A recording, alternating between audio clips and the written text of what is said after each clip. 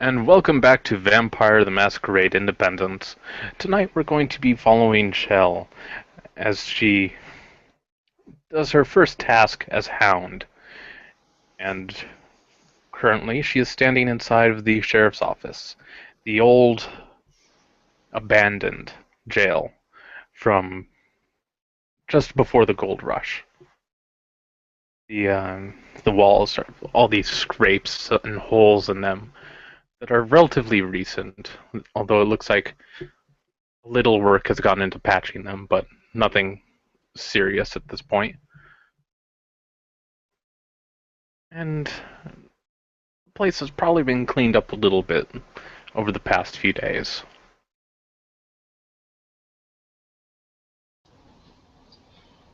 Chill stands in the middle of the office, more or less getting any last minute preparations under order, trying to find the keys for the van, get the belts full of the glass filled eggs around her waist in case something goes wrong, get her sword greased up so it doesn't get stuck in the sheath, blah blah blah blah blah. She's essentially just walking out of the office and heading over to the van. Her first destination is to go pick up Amelia, since she offered to help on this task, and she also got a message from a certain friendly Nosferatu. He needed to talk to her for whatever the sheriff couldn't handle. She didn't know, so he was going to be the second stop, and the last stop was, well, a surprise guest. There was a certain vampire who wanted to tag along, so she's taking Rain along as well. So she'll be the final stop of the evening.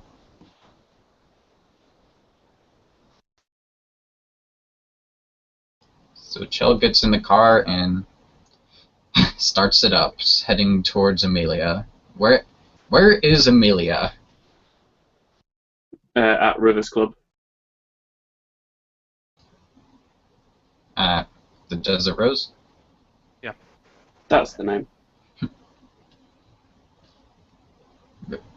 She's gonna take the drive kind of a little bit slow. Still not very used to driving at all. Stick shift being jerky. Sometimes she stalled a car at a couple of the stop signs and stoplights, but she gets there relatively all right. Kind of haphazardly parking across the street and pulling the emergency brake, along with putting it in a forward gear, before she gets out of the car to head into the Desert Rose to find Amelia.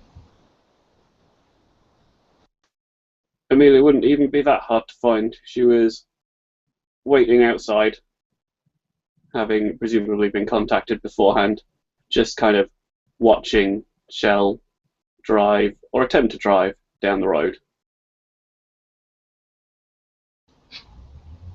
To drive.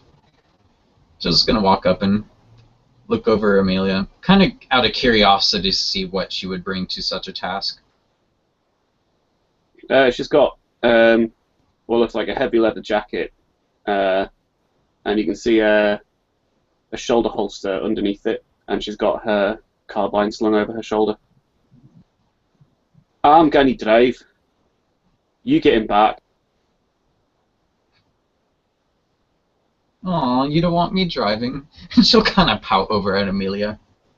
No, I want to get there today. And she'll just sigh. Do you really have to bring the gun? As she said as she was walking back. Oh, aye. It's insurance. Assurance. As she's walking, she rolls her eye as she gets into passenger seat. And Amelia will slide into the driver's seat and drive more successfully along to wherever she's directed next. She's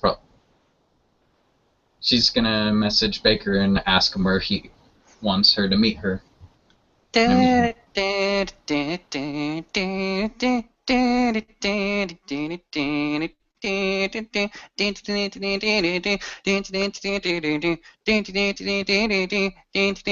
Beep.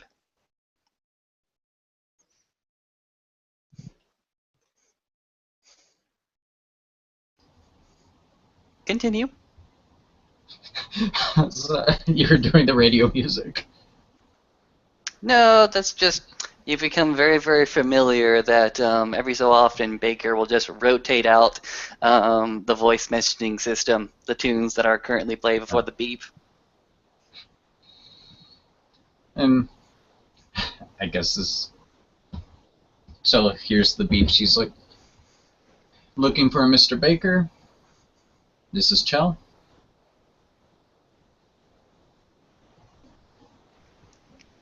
And then beep as the tape ends. You'll get a Anything on message. Say again? it was just Amelia asking Michelle if everything was alright. And Chell just kind of look over and blink. I think so. Well, after you hang up the phone, if you so do so, you get a text message about a address and the name of the location. Let's just call it the Mercy Pawn Shop. So she's gonna look over at Amelia while they're at a stoplight. Do you know where the Mercy thing is? Phones have GPSs, right? Wait. How the fuck do we even use that? Everly said something about that being a feature. Oh, sweet cheese. Right, I'm pulling over here. Give me a phone. And she'll sigh and hand it over. And Amelia will proceed to tap in the sat-nav for this place. And she'll just kind of neatly put it up on the dashboard for you to see. With those kinds of instructions, you can go ahead and follow them to the best of your abilities. You find yourself at a intersection, actually, a three-way intersection. The pawn shop you can see on your right, it is connected to a tenement building, and tenement buildings go ahead and extend out onto that direction. Between the left side of the intersecting street, as well as the left side of that intersecting street, there is a long and dark alleyway with a single lamp that seems to be on. And towards the end of that particular lamp, there seems to be one figure just shadowed by it.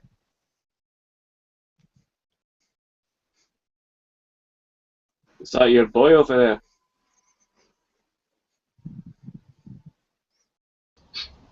And Shell's gonna sigh. Hopefully it is, otherwise it's some random jackass down an alley. Hobo? Probably. And she'll get out of the car and at least, like, start walking towards the alley, keeping a hand on her sword just in case. On basically her cane, ready to use it if needed.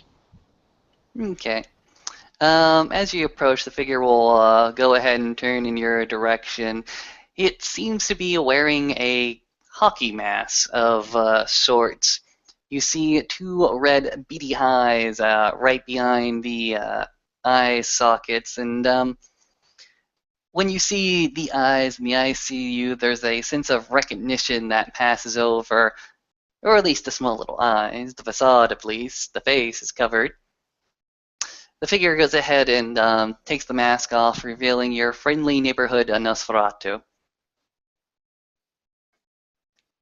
Yo. She's just gonna give a big sigh as she looks him over. So, what do you want? I'm kind of a little bit of in a hurry. We have to go find somebody. A little bit of a task. Well, isn't that your job as the Hound? She'll shrug. It definitely is. Mm-hmm.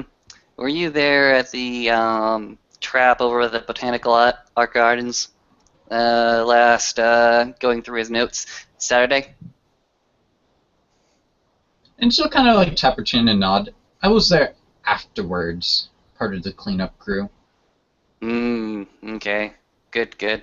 Did you happen to find the corpse of a horse on your way through cleaning up that mess? You mean the one I had the dragon throw in the back of the van? Definitely. Good, good, good. Do you know where that corpse is right now? Burnt. You Victor took motherfucker. out whatever there was in it. He said there was something that's installed in most horses, but Okay. nowadays.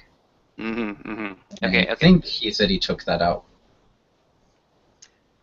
Well, I certainly hope he did. I want to get at that goddamn thing to see if I can't track the horse's credentials, see if it came from any local ranches, actually. Do you know where that particular? Do you know where the remains are at the moment? The remains that was taken by Victor.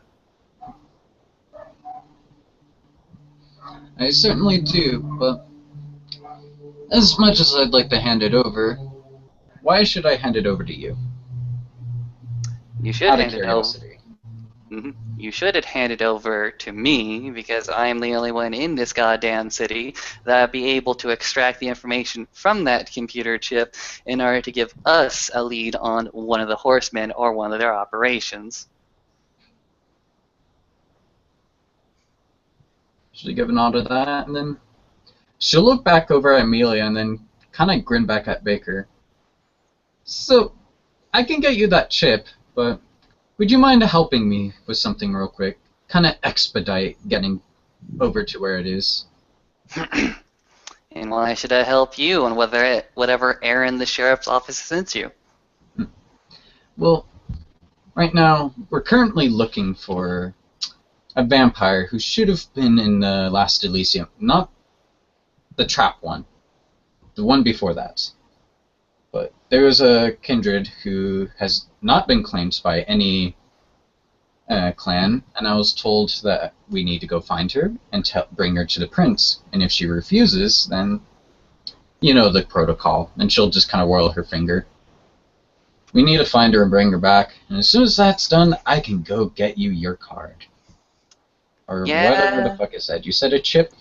yeah, Chip, Chip. The thing is, my good Chell, he goes ahead and step a little bit closer to you.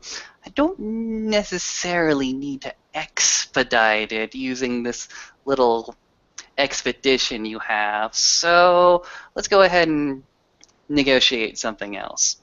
You'll give me the chip because it's in the best interest of the Camarilla, but I'll help you with your little task because it's good for me.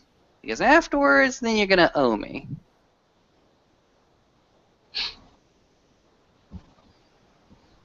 I don't think that's how it works.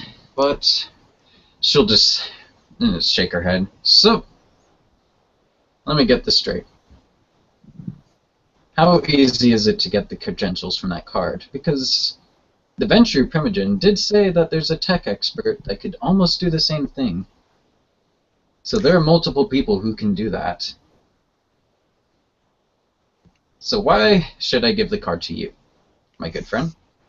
You should give me the card because if you go back to Victor and tell him that you refused a request from me, he'll be nonplussed. He'll be a little bit more agitated because I do a lot for this city. I do a lot for the city. In fact, I did a task like this just nary a month ago, tracking down some asshole, some undeclared kindred who was dumping fucking bodies in my sewer. So I'll give you The one I this. was called in on? hmm I'm good with this kind of work. And I didn't ask anything for dealing with that red eye situation. I did it as due service to the Camarilla. This is a different case. I don't do two jobs for the same price.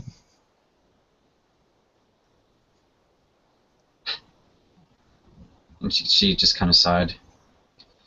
Alright, then. If you want to play that game, so be it. Help me with my thing, and I'll give you the card, and then I'll give you a favor afterwards. Minor boon? Fair enough. Which So tell me about your friend over there that seems to be shirking for me. You mean the one in the Who's car? in the car? Okay, you're in the car. So, tell me, who else you're going to grab for this wild task? Well, the person in the car, you wouldn't happen to know a Miss River Jones, would you? I do. That is her childer in the car, and she'll start walking towards the car, gesturing for Baker to follow. No, Baker will definitely follow. I only met Miss Jones twice, so I wonder what her childer is like. Has an accent, has a gun. I can't convince her to not bring the gun. It's like, that's good. Have her bring the gun, just don't use it. I hope she doesn't. I'd rather this not go south. Baker will go ahead towards the back of... I assume this is a van, right? Yeah, it's Victor's van.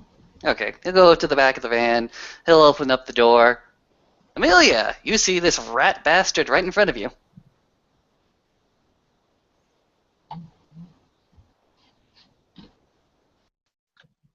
Well, I'll assume that you're Shelley's wee boyo. Yeah. You that Bruja I heard about? Oh, aye, that's me. Good. What you get at? Shooting things. You good with negotiations?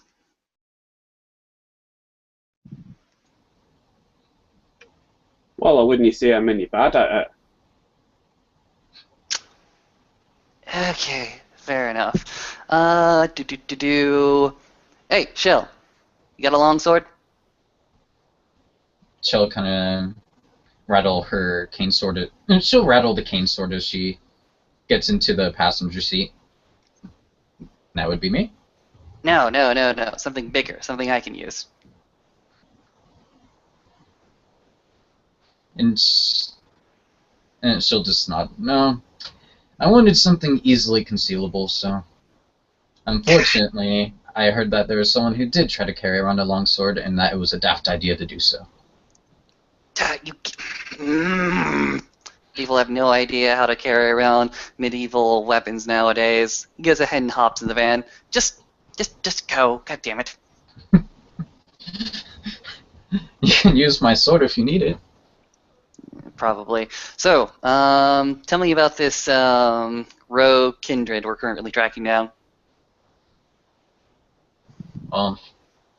And Chell will just actually, she'll take the picture that she was given and kind of hand it back to Baker. We're looking for a redhead that is said to dress in bright colors. She's currently at a place called Modest Pastures, and considering the company we're in now, and she'll kind of gesture to you and Amelia. I am bringing one last person along, somebody who hopefully who will comfort her a bit more. What's Modest Pastures? A hotel. Oh, god damn it. Fucking hell, I once knew a toreador that held up in a hotel once before. It was a while until we figured out that she was a goddamn fucking plague bearer. And that she was fucking crazy as well.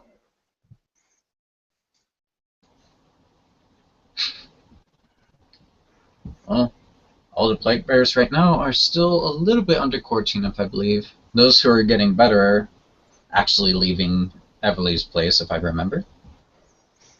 Fair dues. I don't like the idea of having so many opportunities all at one place. And she'll kind of glance back before she'll just shake her head as if she didn't hear that. So, Right. Say where we're going. Going to a place called Hots. We got a Miss Rain to pick up.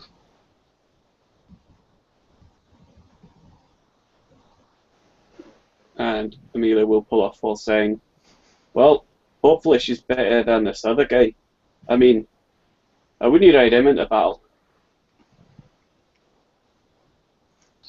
She'll Looking glance one towards over. Amelia, you have no idea the kinds of hassles I deal with on a nightly basis, young lady. He's not the person to pick fights with Amelia. I wasn't talking about fights. Well, fair dues, if you're not talking about that nonsense.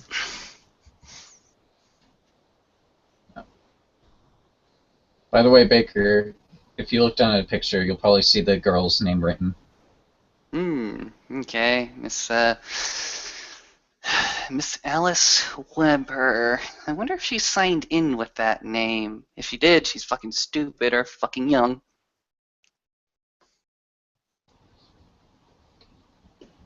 Probably. By the way, Amelia, can you guys go pick up? Out of character, can you guys go do the pickup thing? I'm apparently being dragged away to help with groceries real quick. Alright, fair enough. Alright, so Amelia. get Rain. Mhm. Chill's just gonna derp in a seat. Derp. How's that different from normal? Oh! So yeah, we drive up. But what kind of place are we driving up to, Miss Rain? Well, Club Hots is definitely a strip club.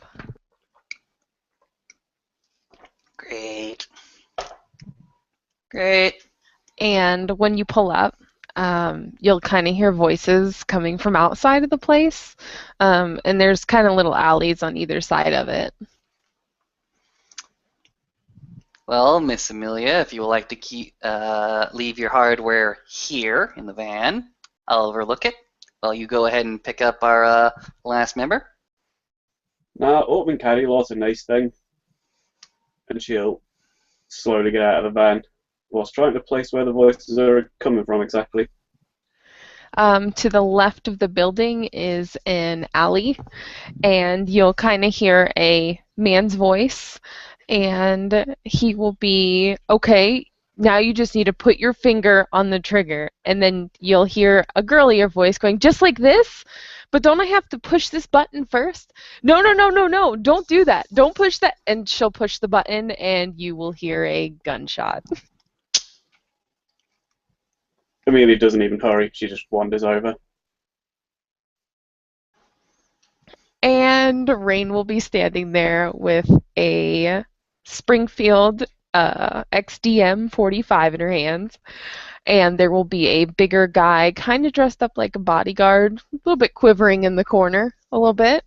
But sure enough, she shot her gun, and or a gun. And he says, okay, you should give me that back now. And she goes, nope, it's mine, and slides it in her little holster. And Amelia will approach the two of them, her carbine still slung rather inoffensively over her shoulder. I'm going to assume that Shell told her who we're looking for, so she'll wander up to Rain. As you the wee strappo I'm here for? Yeah, I guess I'm coming with you, maybe?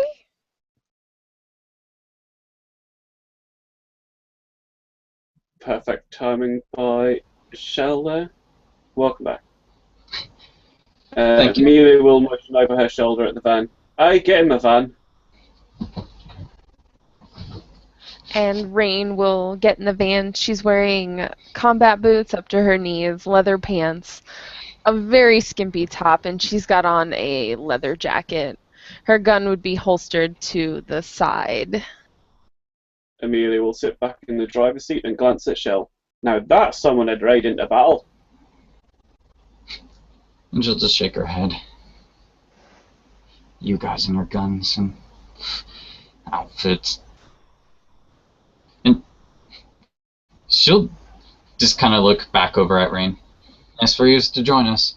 So, Okay, out of character. Did they explain to her what we're doing?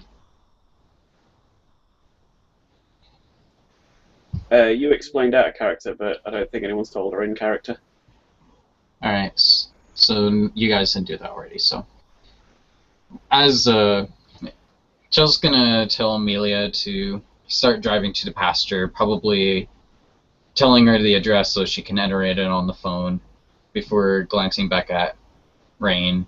Kind of like using her arm to rest on the top of the chair and looking over to see. Alright, so we're looking for a vampire, red hair like you, dresses in bright colors, blah blah blah. She hasn't been claimed by any clan. And You guys aren't looking for me, are you? no, different one. Baker actually turns around when you say that and simply says, "Well, I thought we were going home. She seems rather cooperative. I mean, if we do need a staker, I've got some, but Miss Rain, you are a member of the Camarilla. Whether you like it or not, you're a member of the Camarilla. If you fight this distinction, we'll simply put you out for the sun. This is how it works." Jill's gonna look over at Baker before looking back. No, we're looking for another person who somehow fits your description, and to be honest, I kind of want to send you in to be the negotiator, because if you look at us, the three of us don't look like we won't freak her the fuck out when we walk Oh, in. have you know, I'm a lovely people person. And Rain will kind of look at Shell and go, "Does everybody have to threaten me when I say hi?" Yes. Unfortunately, I guess that's how vampires work. Didn't you, lassie? "Hi, welcome to something you really didn't ask for. I'm going to threaten you with your life." "Well, hi, nice to meet you too. My name's Rain." Okay. Before we get too much on the list, looks over to Rain. How long you been in the city? Not very long. Wonderful. About when was the time that you were embraced? About 6 days ago. You're getting a care package. Just where do you want it sent? Care package. Yes, you're getting a care package. Where do you want your care package sent? I've been staying with Calvin, so I guess at Club Hots would be fine. All right, fantastic. And who do I address this to? Rain, I guess? Yeah, sure. Fantastic. Baker goes ahead and writes a few notes, puts it into his pocket. Fantastic. If I don't die, you're getting a care package. Is this a care package I should worry about? She'd kind of look over at the others. She'll kind of shrug. Consider it a starter pack. Intro to Vampire Life Essentials. She doesn't exactly know what Baker's sending, but she doesn't exactly want to ask. By now, Amelia's driving towards this hotel that was mentioned.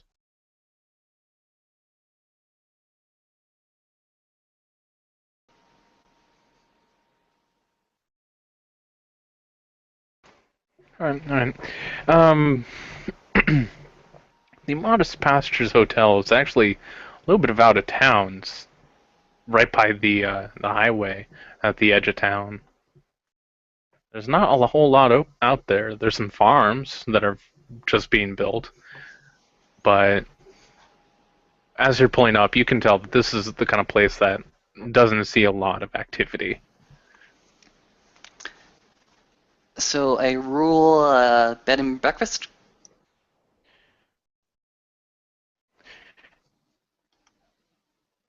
Mine doesn't say it does bed and breakfast. You could probably infer that they might have an option for it. If you've ever seen them, they're like one floor hotels that have at the most 10 rooms. Tiny little place with the office at one end. Okay, fantastic. Baker's going to go ahead and poke Amelia and simply say, Stop about a block away. I'm gonna do some recon. Also, just after you drop me off, you can go ahead and park in that crazy parking lot. Keep in contact with me using this number, text only. And she'll go ahead and pull up about a block away from this place. Slide the number given her into a phone. Alright. Baker will go ahead and don his hockey mask, go ahead and jump out the back, and proceed to obfuscate himself into the situation. Out of character, do we know what room number she's in advance, or do we have to find that too? You do not know. Okay. You just know that she was staying here. So Chell's gonna look over at the other two and be like, I guess we need to, while he's out searching, we should probably come up with a little plan for if she is in one of these rooms. Your wee Katie goes in there to say hey. And she'll motion back towards Rain. I can do whatever you guys need me to do. And she'll nod. So, if she happens to be in one of these rooms, I'm guessing me and Rain are going to be the ones to go in first. You and Baker probably stay outside, and if something goes wrong, she'll just tap her chin. What sort of signal would you want, Amelia? Well, I don't think you've got any say in where Baker goes. He's off. When he comes back, I'll give him a signal. It's a hotel. I'll just stay outside the room. It's not like anyone's going to look out there, especially with you two in there. And she'll just sigh. Whatever. I just wanted to say if things go south, I wanted you guys to be able to come in and maybe save our asses in case it's something overwhelming, but... Alright, just watch our backs. And you were the one that wanted me to bring my gun along. Well, excuse me, I don't want to clean up any mess you're going to make with that. I don't exactly have the ability to call off the police, you know. It's Texas.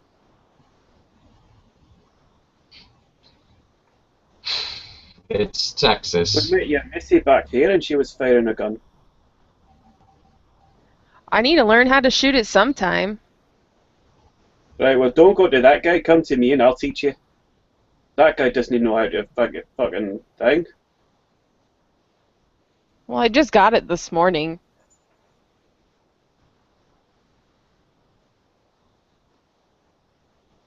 And she'll just... She's looking between you, almost a little disappointed. Alright.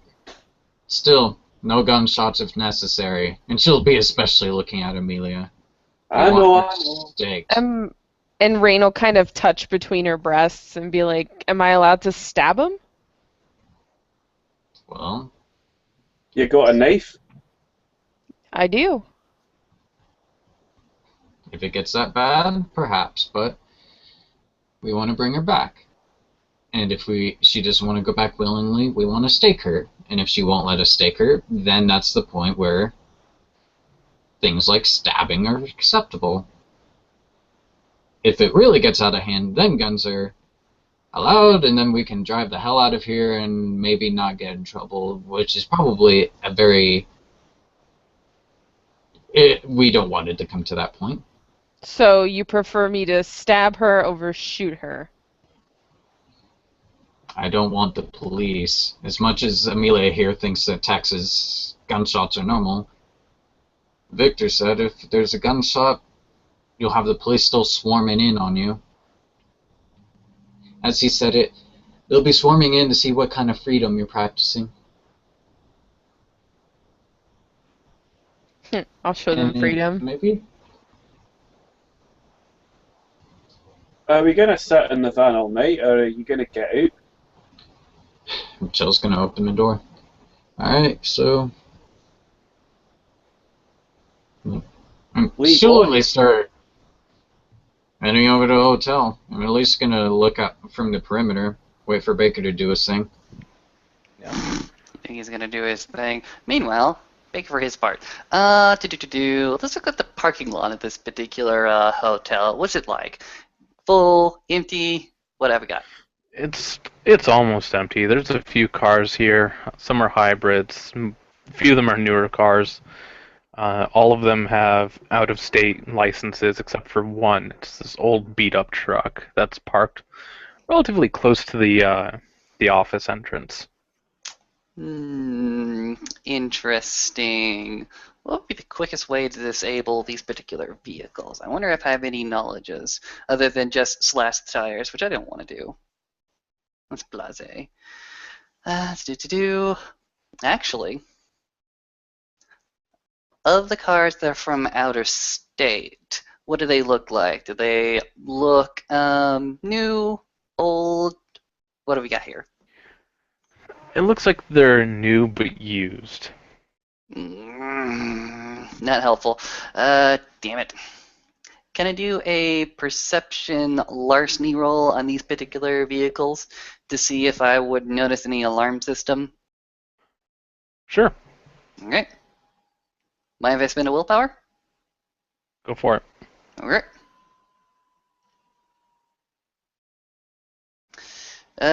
3 successes. Mm, As well as you're walking around and you're peeking into the back window, you see a little red light on the dashboard that's blinking. It's a type of alarm system that's been around since the early 2000s. Do I know a way of subverting that particular alarm system? Well, how do you wish to disable the vehicle? Well, the easiest way would be to simply, actually, what I can do is simply let the tire air out. The way I would do that is I'd simply go ahead to one of the valves on the tire, open it up. But I would need a little bit more. What I would have to do is squeeze the air out of the tire so that the tire is unusable. Does that make sense? Yeah, if you have like anything, even like a pen, you could just like there's a little bit of metal inside the valve. You just lightly push on that, and the air will escape. All right. Click.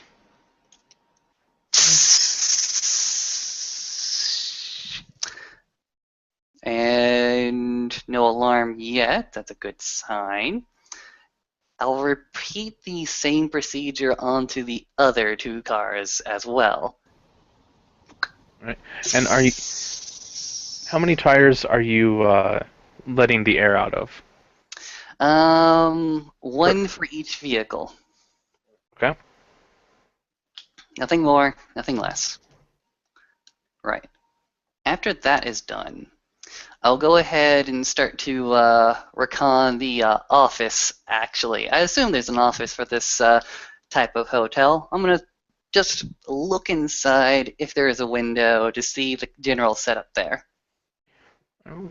It's definitely an office. It's clearly marked. When you peek inside, you see that it's kind of a dingy little office, with a little desk set up, and there's someone sitting behind the counter, and he has a newspaper open in front of him. Looks like an old guy, actually. You've seen there, his gray hair's parted off on one side, and he's wearing like a red plaid shirt, and just reading this paper. Interesting. Is there any ledger visible? You don't see one. Is there a computer visible? There doesn't seem to be a computer. Okay. Is there any machine at all visible? In fact, is there a telephone visible? Let's go ahead and ask that question as well. There is a telephone, and you might find yourself a little surprised when you see it. It's a rotary.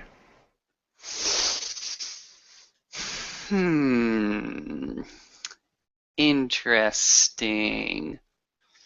The plan is currently being cooked up in my head at the moment. Any other people within the office? None that you can see. Interesting. So I have no idea if there's a letter. There's only a phone. This guy is here. Softer touch is required. I'm going to go ahead and back off from the office. I could do something here, but I think it would shoot me in the foot, and I don't think we'd get the information that we would need. No, I'll let the redhead deal with that one. All right, then. Walking out to the rooms themselves. What can you tell me about the room just standing outside of it? Okay, you're talking about the rooms that people are staying in? Yes. What do we call them? What do we want to call these things? Motel rooms? Yeah. All right. Tell me about the motel rooms that I can see from where I am. Well, as you're walking along and peeking inside, you can tell that they do have blinds, and a lot of them are closed. A few of them have light coming from inside, but there are a few that aren't closed, and one you really wish was closed when you peek in. All right, fair enough. Fair enough. But the inside layout seems to be that just beyond the pane of glass is the bedroom, and at the headboard is against the wall that connects to where the door is. So when you peek in with the door to your right, the door is actually up against the rightmost wall of the room. Mm-hmm. If you just walk straight on in, you'll be looking at the head of the bed. Across from the bed is a TV. And Gotcha. they seem to be the CRT type. Gotcha. And I assume that behind the bed and behind the television and whatever dresser it's set on, there is another space that leads off to a room, which presumably is the bathroom. Yeah, on the other side of the bed is like a little. It's a hallway with no door on it, and you can Mhm. see, you can clearly see that there's two doors connected there. But based on how much room there is in the room, you're pretty sure one is like a closet and the other's a bathroom. Gotcha. Quick question. Is there an ice machine or a vending machine on the premises? Yes, there are. Fantastic. I know exactly how to lure out that asshole now. Before I do that, are there any other windows to these motel rooms? Like, I'm going to walk around the back to check. When you get to the back, you don't see a lot of windows leading in, and you see faded spray paint. It looks like someone's been trying to wash it off really hard, but it wasn't coming off. Gotcha. Returning to the ice machine. Actually, I'm going to go ahead and give Amelia a quick text saying, do you know the landline to this motel? Upon getting this text, Amelia will go and look at the front of the hotel to see if there's a vacancies. Please call this number or whatever. Kind of to butt into, Chell's inspecting the perimeter. What roll do I need to make to see if she sees any cameras? Like, if she can spot any cameras outside the rooms, and if so, where? You'd be rolling perception alertness. That's just looking around. When you look around, Yeah, there's usually these big signs close to the road so that you can see the sign from a pretty far distance. When you kind of like step back and look almost straight up, you see that there is a number on there. And she'll text just the number to Baker. All right. Awesome. Let's fuck up this ice machine. Do. Let's see. This ice machine, I assume it's just a. Well, describe it to me. Is it a dispenser or is it an open chest? What is this? It appears to be kind of like a cooler. Um, has a it does have the ability to lock it up at night if you don't need it, but it's currently unlocked because you can look right at it. The lock isn't on it, and it slides open, and you just reach inside and take the ice. Okay. This is what I'm going to do. Is this thing bolted to the ground or not? It doesn't appear to be. Awesome. This is what Baker is going to do. Baker is going to close the ice chest. Is going to make sure that it remains closed as he does this. And what I want to do is I want to simply lift the ice chest and put it on its side as gently as possible. Okay, you're certainly able to do that. Okay. Especially with your potence. Yeah, you can do that. I did feel a bit heavy, probably heavier than one person can lift on their own. Mm-hmm. But Awesome. that's not a big problem for you. Yeah, so you put it on its side. Okay. Now I open the top of it and I let some of the ice packets get onto the floor. And to make sure everything's kosher, if this is powered electronically, I'm taking out the plug. Okay. Unplugging it or like breaking the plug. Unplugging it. Okay. I want this to be something that could be repairable, but in any case, with the number, Baker's going to go ahead and rush off into a dark area, and he's going to give that number a call. By the way, what's the difficulty of my roll? Before I add my one eye flaw? 6. So I have to roll an 8 for success. Okay. Yep.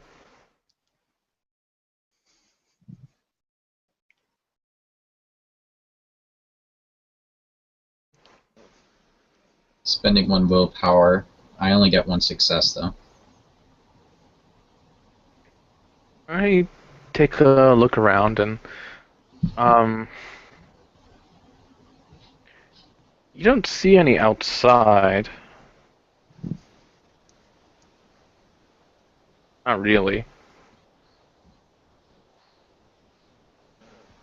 Like, just to give you an idea, the parking lot, that's a gravel parking lot.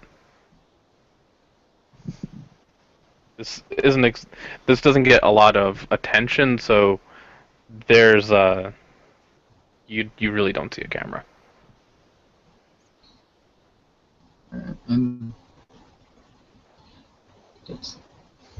I'll let Baker do his thing, and then I'll do my next thing.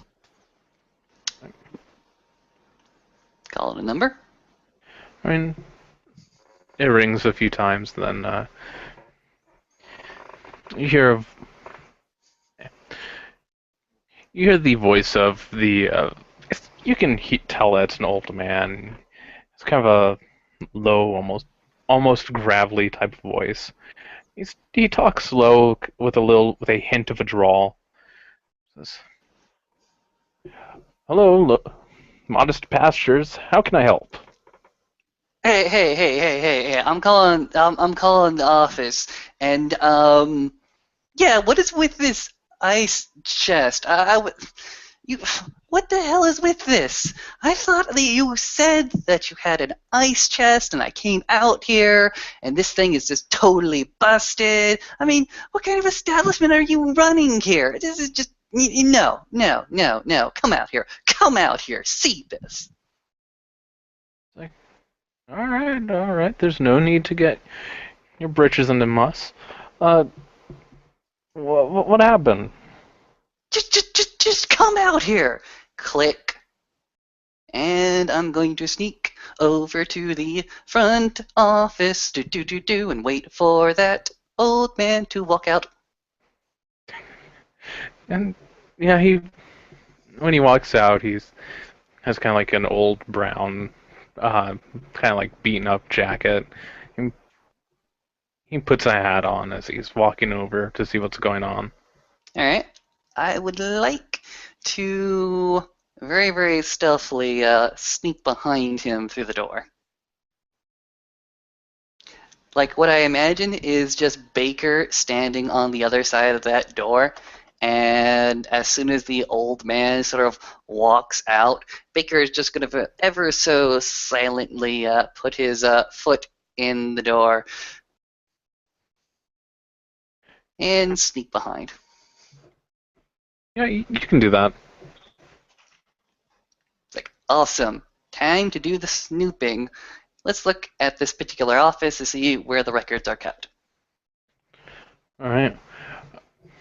When you first walk in, you see a few chairs they didn't see before, and there's some magazines. Not that you're checking the date, but if you did, you'll find that they're a few years out of date. And there's a rack that has some maps on it of the area, and a lot of them are before some of the construction, so they need to be updated. Mm-hmm. You do see a camera kind of in the corner of the room, pointing directly at the counter itself. I wave at the camera. Okay. And But the camera doesn't wave back. The camera's so fucking rude. Go on. all right, so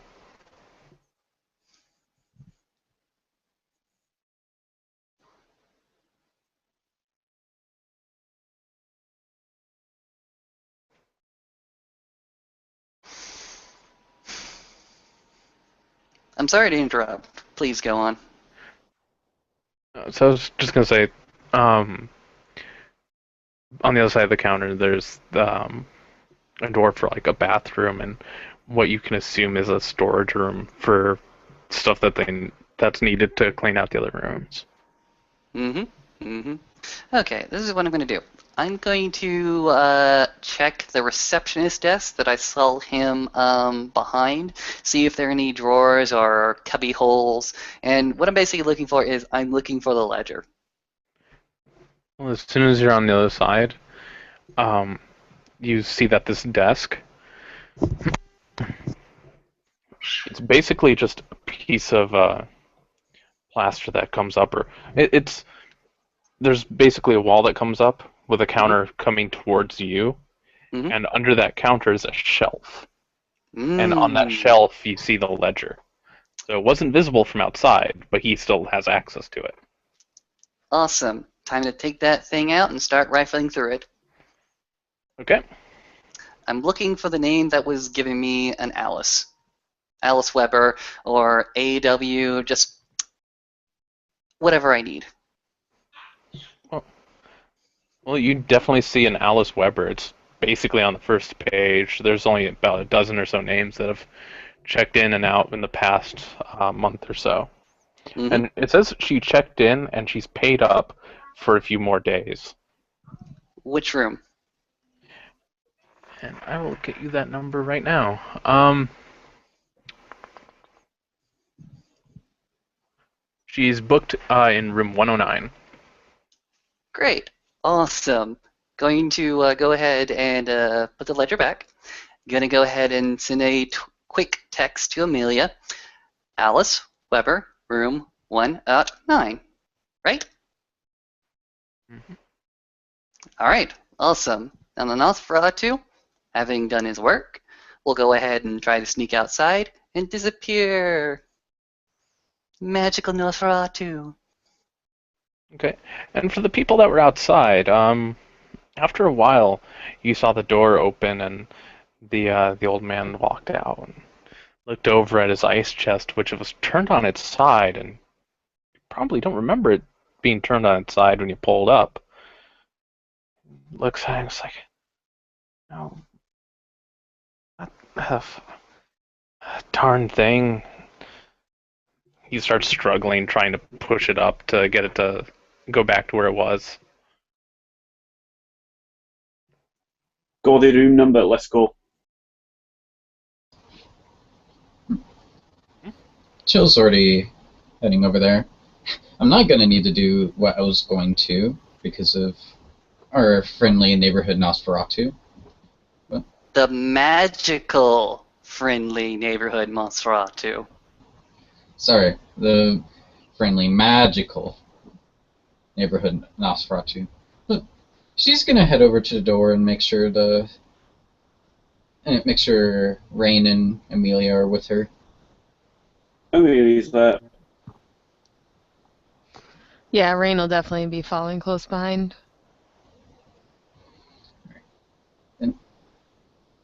As she gets outside the door, she'll kind of look over at the two. Alright, Amelia, I want you to stay outside in case there's something outside waiting for us. I don't know, keep watch, make sure nobody's coming towards us. Are we at the main door or are we inside now?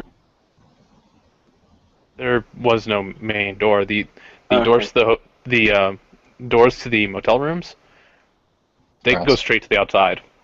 Okay, this is how ignorant I am of American architecture. Yeah. Amelia will nod and just kind of lean on whatever's handy. Alright, Rain? Me That and you are isn't going in. Rain or Shell.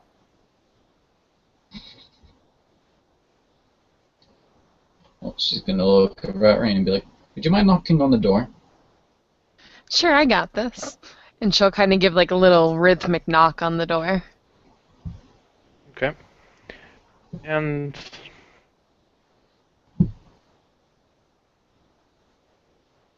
how long do you wait after you knock?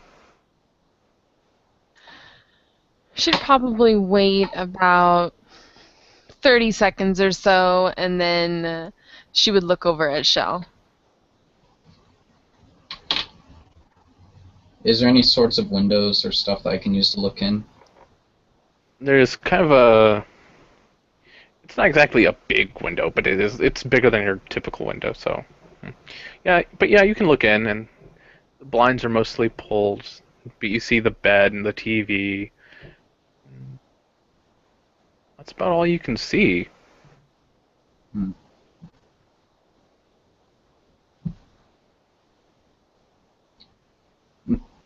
How far away are we from the man who's trying to fix the ice He's machine? he's almost at the other side of the building. The ice chest was close to the office, and the room immediately next to the office is 101. You're at 109. Alright, so are we still within eyesight of him? Oh yeah. Alright. Why don't, if I turn the doorknob, is the door open? Can I open the door? Is it locked? You try, but it's locked. All right, Shell, let me go handle him, pointing to the guy, and you go steal the spare key from behind his desk. We could just break in.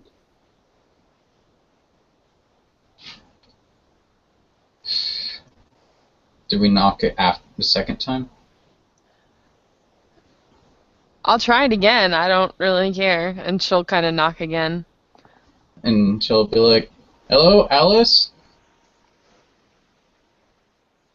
There's no response. Amelia, are you good at lockpicking? Depends what you mean by lockpicking. Opening a door silently. Because I No. pick it in a very unconventional way, but that might be loud. And considering Oh, you're... I think I lockpick like you do. Loud. Alright. Alright. You don't have to break the whole door, you just have to put a wee bit of force around the doorknob.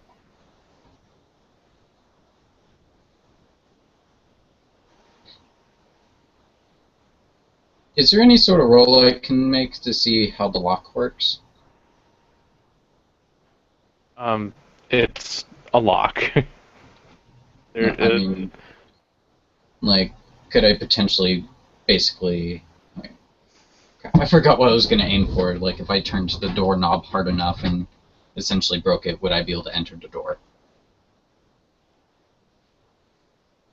If you broke the doorknob off, the door would open because the lock is built into the doorknob. Alright. That is unless they have that slidey lock. Think hotel room.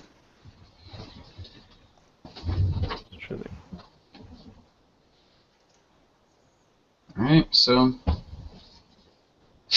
she's gonna look over at the old man and be like, fuck, I don't know how loud this is gonna be. Why do you not have Rain go over then? I can distract him if you need me to distract him. That's not hard. He might be when I'm done with him, but... Well, would you mind at least leading him back into his office somehow? Yeah, I don't think want I can him- do that. Try to act like a guest who's trying to try to go in. Get him out of earshot. And she'll kind of glance over and be like, I'm not sure if you're gonna get his hopes up, if you know what I mean. I'll take care of it. Don't worry about it. So Rain would kind of walk around and kind of walk out front, and she would approach the guy.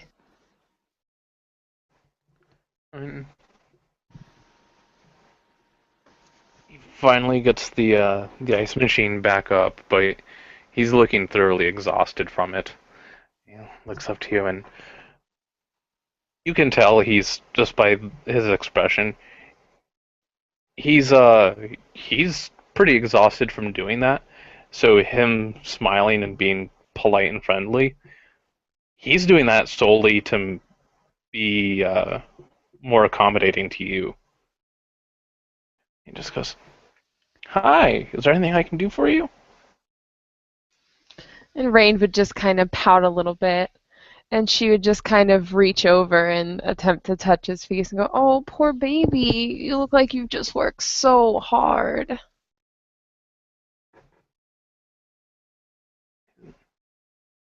Like, well, it comes with running this place, and he actually takes a step back. You run this place all by yourself? It's like,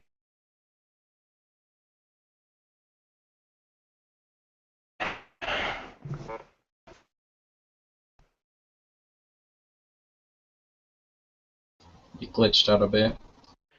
oh, he just said, "I have been for quite some time." It's like,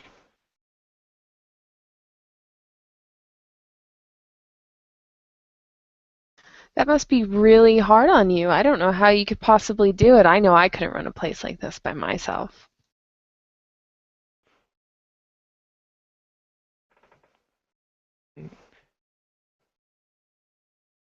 he just gives a little shrug of that and says,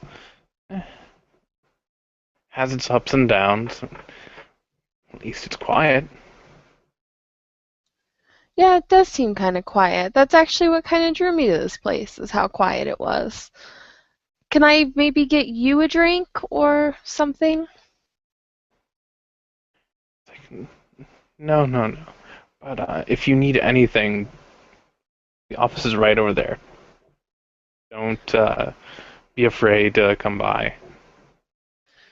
Oh, I was actually thinking about maybe a room. Do you think you can help me with that?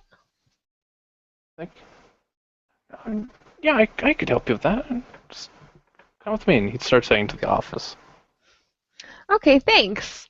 And she would actually walk in front of him, swinging her hips and flinging her hair over her shoulder and just being Rain and using her awesome seduction. Okay. Jill's gonna wait until they're in the office and the door's closed, kind of waiting until they're further into that room before trying to twist the doorknob as hard as she can just to break it. Do I need to roll anything with 2 bonus shots and 5 strength? No, you don't have to roll shit. You twist that doorknob and it just comes right off. You hear the doorknob on the other side fall off, and the lock kind of falls into its various pieces because the both ends of the doorknob hold it together. And when those are removed, they fall to pieces. The only thing keeping the door shut right now is the part that goes into the door frame. But you can just reach in there and pull that out. And she'll start doing that, and now can she open the door? You push and it opens. Before going in, she's gonna look to make sure there's nothing, like, immediately there to attack her as she does. Amelia's going to bring out her machete as well. Like, she'll peer in the room first. Does she see anything from the entranceway? You see the headboard of the bed, you see the bed itself. Beyond that, no.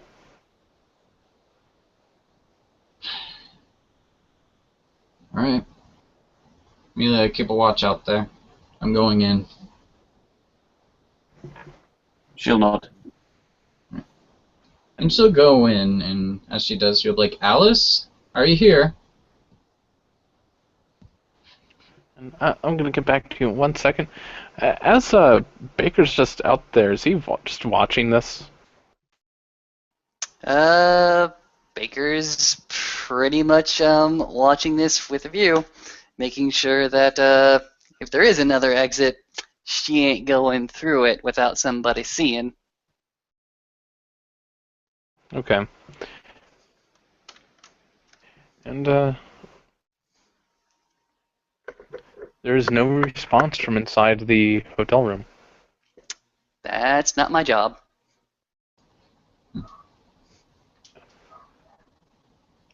My job is to wait out here and to make sure nobody gets through the cracks.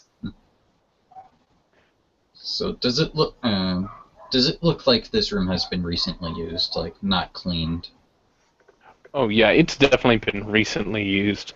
There's like clothes half strewn about the room. It's not exactly messy, but it's very disorganized. There's clothes haphazardly tossed about. The bed isn't made. There's a flyer resting on the nightstand. The clothes that you see are mostly jeans and almost neon with how bright the clothes that she wore was. Most of them are t-shirts. And you see a pair of white gloves by the nightstand. But there's something up with the fingertips. And can Cello investigate what's up with the fingertips? As you look closer at them, it looks like they have light bulbs in the fingertips.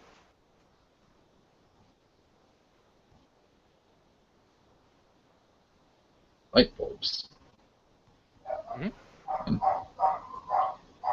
So, And what are you gonna say?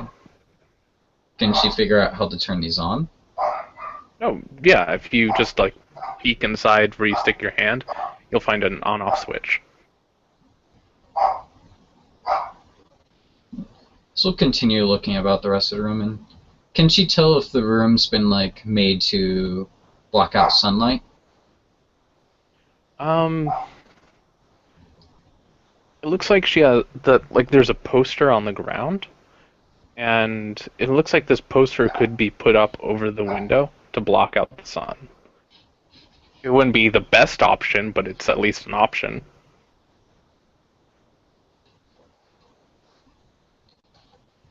And I'm gonna take a little bit of a break to you just to finish up what was going on in the office. Okay, so you got the old man into the office, and what did you do as soon as you got in? I waited for him to get on the other side of the counter, and I kind of leaned over it with my cleavage all out and waited for him to get me a room key. And he, he passed you, and he went over and looked at the board, and You lost rain. oh, well, crap. I know. Like the moment you started saying that, it said Tiffany left the group. I'm going to assume that there's something up with their connection, and we're going to go back over to you until she gets back. Oh, she's back. Or my internet could break while I'm cleavaging an old man. Whatever. David, you nailed the reason exactly. Yes. He walked around, and there's only like 4 keys missing from the pegboard, and he reaches up and he grabs the key for 105 and puts it down on the he puts it down on the counter, and he's like, "All right, well, it's about 40 a night. How long do you plan on staying?" And as he's talking, his eyes are actually on yours.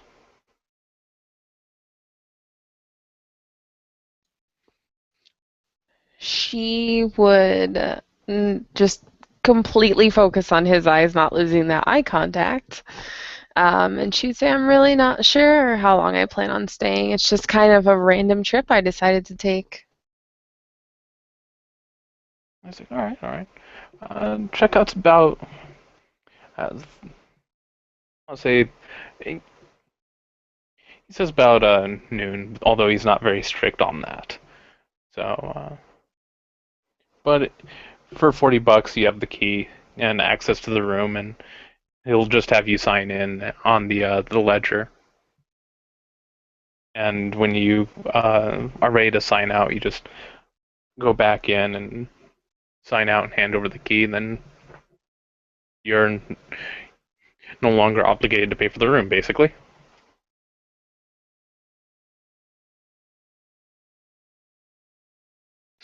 So she would take the key and make her way to the room as if she were going to use it. And she'd actually go in the room to just kind of get the layout of the room.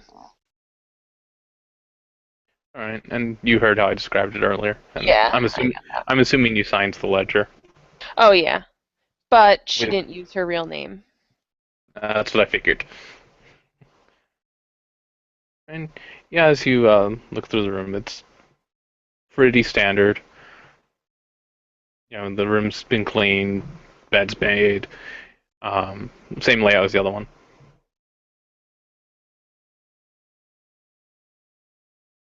Does Amelia see Rain come out of the office?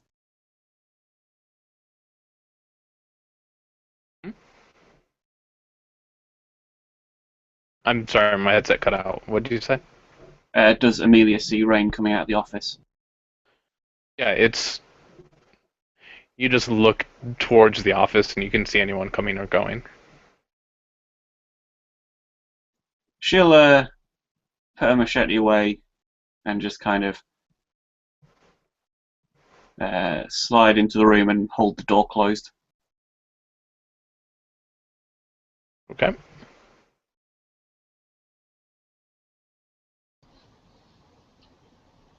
Joe's gonna go check out that flyer you mentioned earlier. See if there's anything red on it. All right. Well, the flyer is mostly black and blue with white, kind of like stylized white text on it. Has a picture of a club, and it just says the Cobalt Club, and it has a number and address. And on the back, you see a picture of like kind of like a dance floor, and there's like a in the picture they have a fog machine going. Cobalt Club. And she'll just kind of be looking it over, folding it up, and actually, she'll put it back on the table and take out her phone and take a picture of the flyer. Okay. She'll do that. And fuck, I really wish I had Auspex.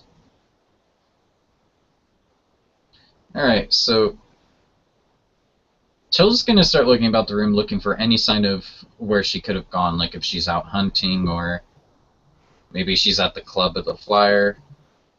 Do you want me to roll, like, the investigation? No, just tell me what you're doing. She's just looking about the room to see if there's any signs of, like, where she could have gone, like if she's out hunting, as I said, or at the club mentioned in the flyer. If she can't find anything, she's going to assume it might. She's going to check the bathroom because Austin just reminded me of that. All doing this. Thank you, Austin. I was just about to do that. Right, you open up the door to the bathroom, and you see that there's some personal effects in there, just like some cosmetic stuff. A lot of it is a lot of the stuff that she uses for makeup. It does incorporate brighter colors than most. And there seems to be like a tube of something that's clear.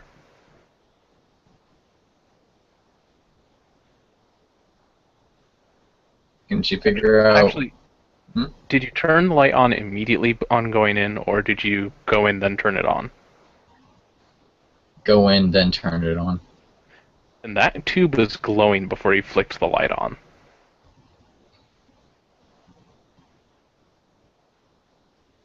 God, this is fucking. If she's a vampire, she's a sparkly one. Is the light in the room on? Like, not the bathroom, just the normal room? Only if one of you turned it on. Chell didn't.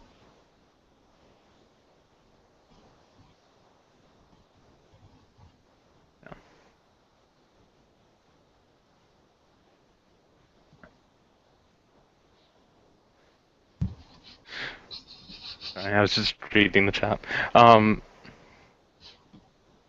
No, if neither of you turn the light on, then no, the light is off. And the only light on would be the one in the bathroom. Upon leaving the bathroom, Chill's gonna turn off the light and head over to the closet, opening it up to see if there's anything.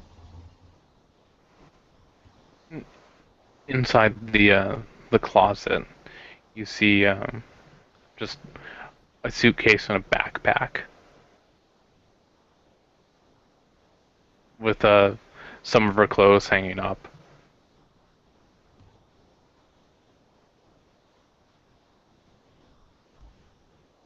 Is the suitcase opened or is it closed? It's closed. Alright, so she's gonna kneel down and very carefully begin to open it up. See if she can find anything inside it. You open it up, and there's really nothing in it. Everything's been taken out. Yep. She'll sigh and walk on over to Amelia. So, do we know anyone who can hypothesize? The only thing I found of interest is the flyer. I'm not exactly sure I want to start calling it to be like, is there an Alice Weber there? What fly is this? What fly is this?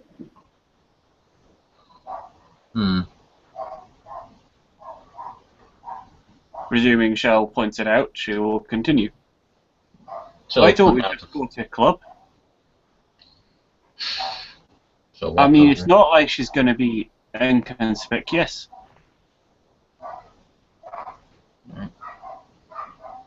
So there's the phone number on it. Any other information? I kind of forgot. Yeah, there was a phone number and address on the flyer itself. Alright, and since she took a picture, she has the address, and she's just gonna pull out her phone and just tap away the number. Clicking call and putting it to her ear, waiting for a response. And you get a call, or you get an answer relatively quickly after you call it, and you hear a younger person on the other end going, "Hello, Cobalt Club. How can I help?" Hello, we're looking for Miss Alice Weber. Her friend's been really worried, and we haven't been able to find Alice. You wouldn't happen to know if she's there, would you? And just go. Is she on the staff at all? I don't believe she's on the staff, but might you check? She might be one of the guests there. You just hear a chuckle on the other end. It goes, I don't really get on a first name basis with these people, or the vast majority of them, I should say. All right. Can you see any of the people? Because you might be able to find her. She kind of looks like a glow stick. Bright neon clothes, red hair. And the person laughs and just says, "Everyone here does." And Jill's gonna kind of groan. All right. Thank you for the help. I guess I'll have to go see if she is there. Yep. Thank you for your time, miss. Mm-hmm. And she'll hang up the phone and look back to Amelia. I really hope she's not in that fucking club. But she probably is.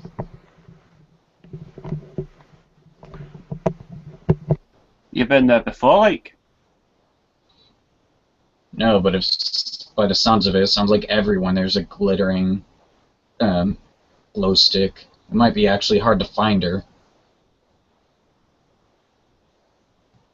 I don't even know if she's actually there, to be quite frank, but it might be her scene, so...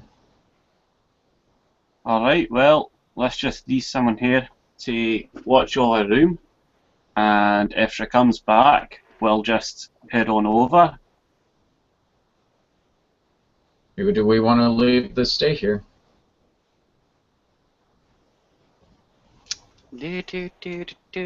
Well, just to remind you, you have one ugly fucker you can't bring to the club. Meaning no offence to Guy, but I think we should just leave Baker here. It seems more like his scene. A seedy motel, right.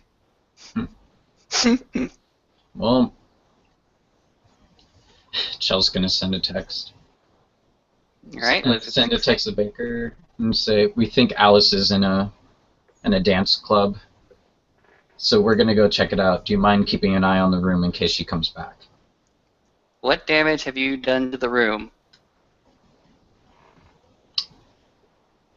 Doorknob missing.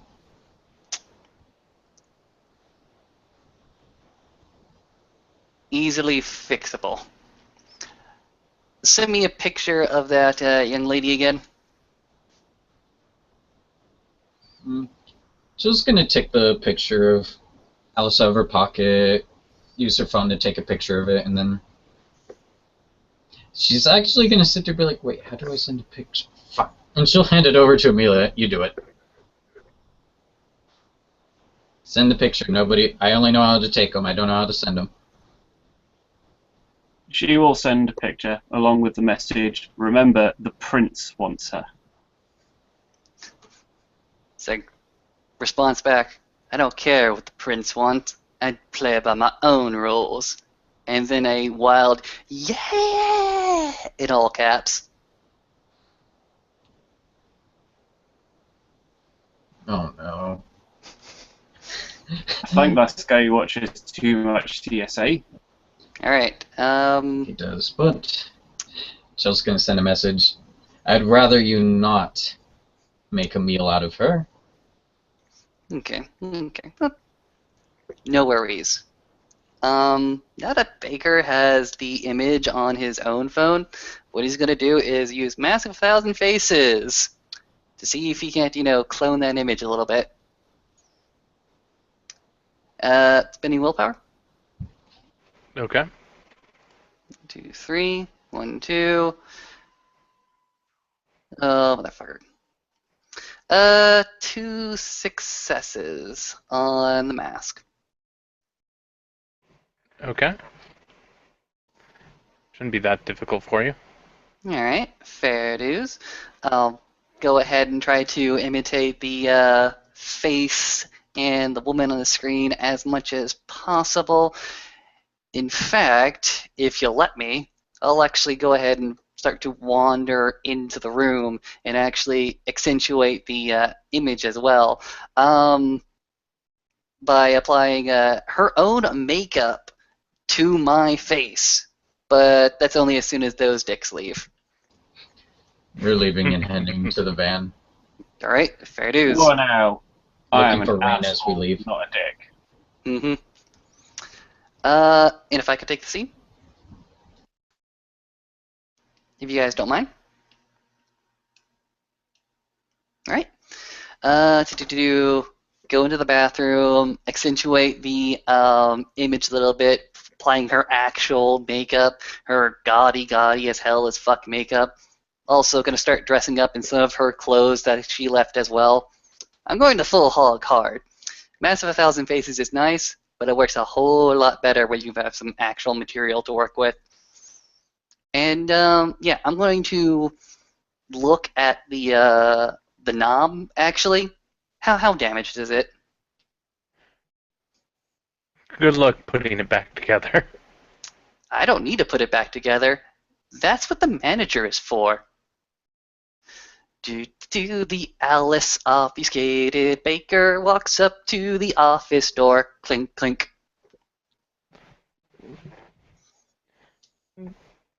The guy behind the counter, he looks over and there's a little window on the door so you can see it. And he looks over and it's like, gives a smile and a wave. It's like, motions you to come on in.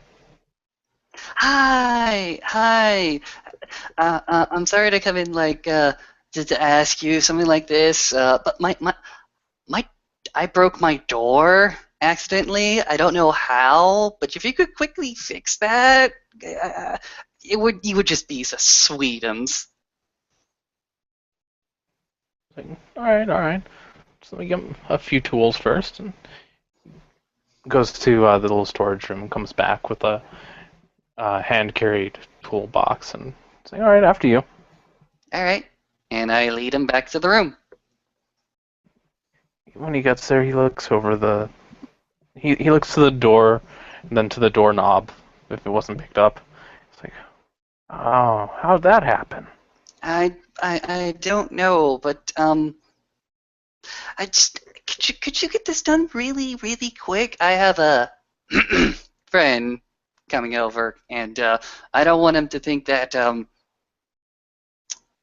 I just have a friend over, and I would be really awesome if we could just do what we want to do. I mean, this is a special night for us. It's actually our anniversary. So if you could quick as please fix the door. I'll even offer to pay you a nice little tip to rush this along, please. When you mentioned that you had a friend coming over, he's like, oh, the huge fellow that brought you here?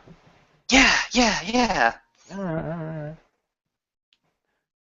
So yeah, I can see what I can do, but he looks down at the doorknob. He's like, I'm gonna have to grab a spare out of the office because I think this is just too mangled.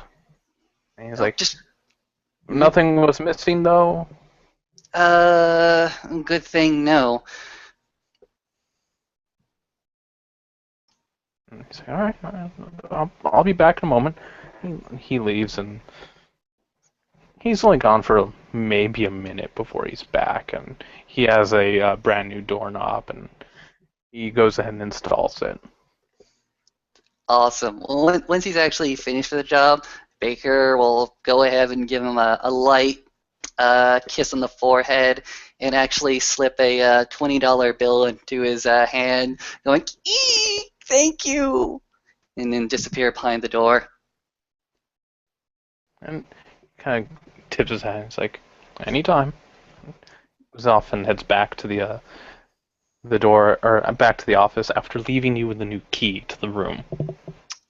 Awesome. I'm going to,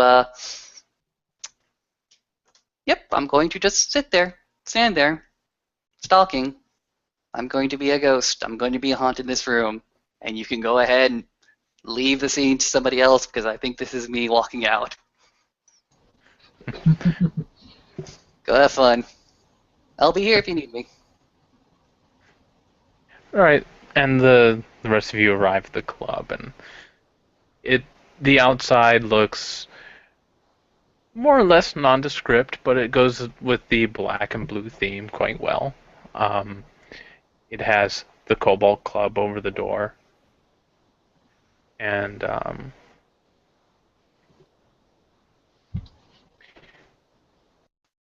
so you do see a few people going in, and you remember those gloves you saw on the nightstand? Yep. You see some people going in, and there's a few people that are leaving that have those, and they have them flicked on, and they're moving their hands in intricate designs, and they're just leaving trails of light in the air.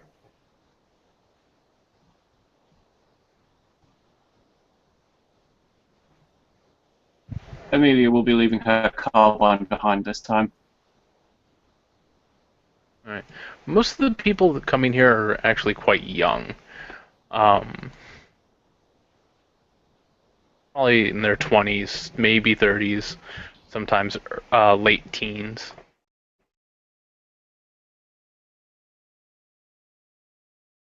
And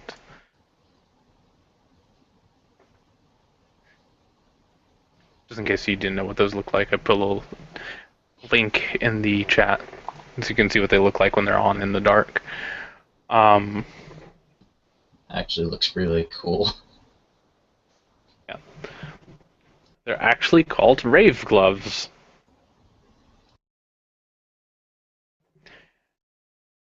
And who's going in? Amelia will. I am definitely going in. Shell's actually gonna kind of make sure Rain's the first one going in, just because she's the youngest looking one out of the group, so she looked more natural there. Alright. And the inside has a layout similar to this. But it's packed. They have a smoke machine going, and over everyone's head are like blue lasers flickering on and off, giving a bit of a light show. There's a DJ in the far end of the room. There's a bar close to right against the front of the room. The entrances are on either side of that, so you can get to the bar or you can go just straight to the dance floor.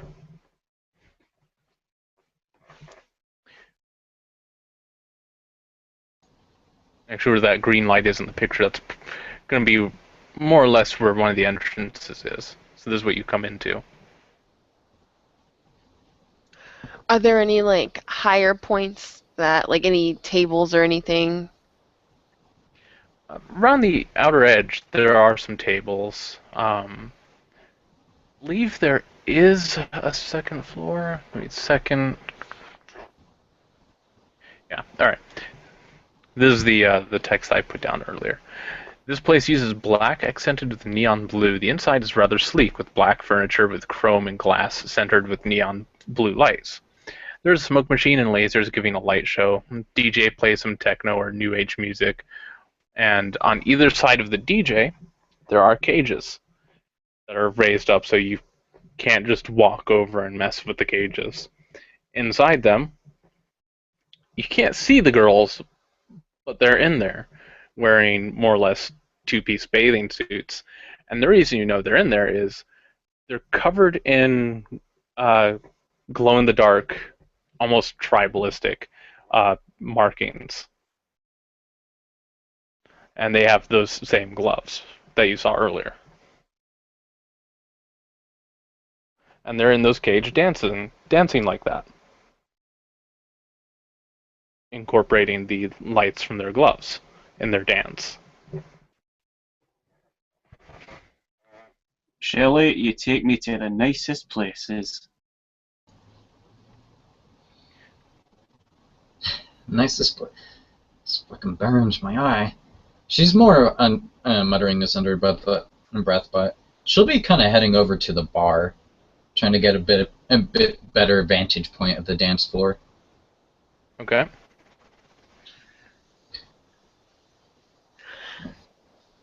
As she does this, like as she's kind of skirting along the edge of the crowd, she'll be trying to look out for any girl that fits the description, what she's looking for. Unfortunately, a lot of them look the same, but she's looking for the red hair, clothes, anything that resembles her picture. Well, as you're looking about, a lot of people fit that description. Some of the girls that fit that description, they have neon-colored hair. When you ask the staff at the bar, just kind of motion out to the people and are like, "Yeah, we got that a lot."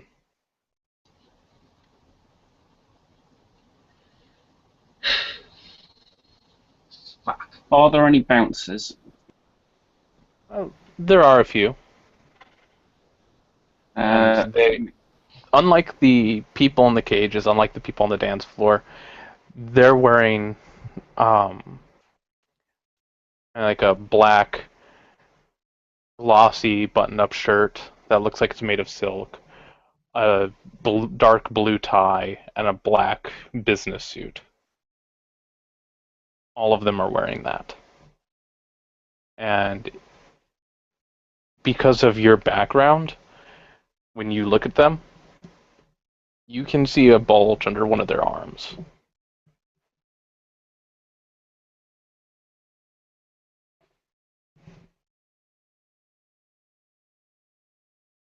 Amelia will wander over to any ones that look like they're like overseeing the people coming in through the door, and in T1000 style, she'll bring out the photo and be like, "Have you seen this girl?"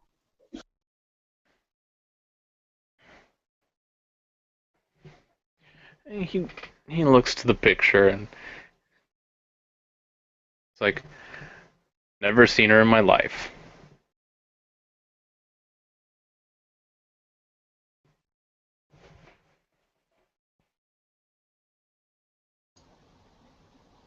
Chill's gonna kind of walk over with Amelia, kind of glancing over at the picture before kind of gesturing to the crowd. This girl's friend Robin is trying to look for her, and we think she's here, but we kind of don't. Would you mind helping us find her? Her name's Alice Weber. I don't exactly know if we can go in exactly calling out her name. And yeah, you can't really just yell for her because the music and the people that are already there are that loud that it would just get drowned out. There are literally people jumping up and down on the dance floor.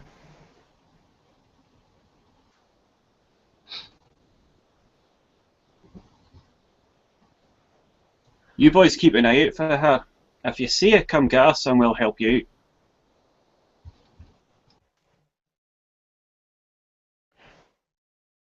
I say, alright.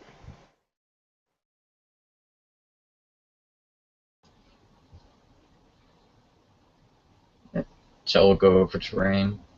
You wouldn't happen to have any ideas, would you? I've never been in a place like this before. You'll see she's kind of actually a bit nervous being in a room with this many people crowded together. Well, no offense, dear, but dressed like that, you should probably stick to the bar. Um, I was thinking maybe I should try to get in the back somehow and just tell them that I'm late for my first day and that I'm supposed to be one of those cage dancers and see if I could sneak in the back and see what I can find. Good plan. I'll check bathrooms and then go help bouncers. If she comes in, I'll text you. Alright, sounds good to me. I'll stick to the bar. Until I grab a seat, and upon grabbing a seat, she's going to order a Bloody Mary. All right. They'll make you. They'll make one right in front of you, trying to make a show out of making it. It's like everywhere you look, they've tried to make it entertaining to watch.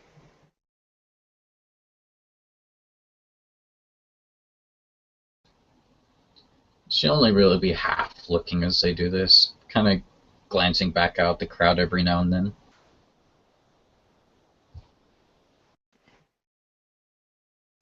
Raina's going to be trying to look for like a backstage kind of room. All right. Well, as you're looking for it, it's really hard to find it. But once you do, you can clearly see that there's a back area that's actually meant to be behind the DJ. There's doors on either side. One of them looks like it goes to a dressing room. And the reason you have such a hard time seeing it is because the they put a black cloth over the door, and it blends right on in with the rest of the wall.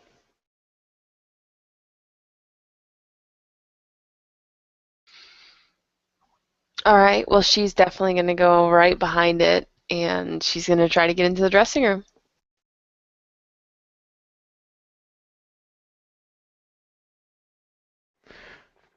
All right. Well, as you go for the dressing room, one of the bouncers will get in your way. He goes, "Where do you think you're going?" Oh, thank goodness. I don't even know if I'm in the right spot. It's my first day and I'm supposed to be a dancer and I just got hired and I'm running late and it was awful getting here and I don't know where I'm supposed to go. Okay. So let's go.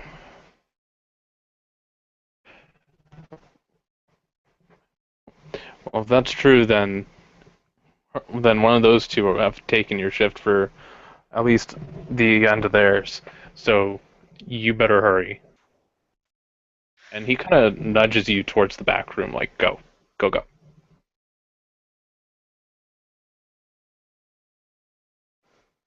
And she would run inside and immediately just kind of start looking around.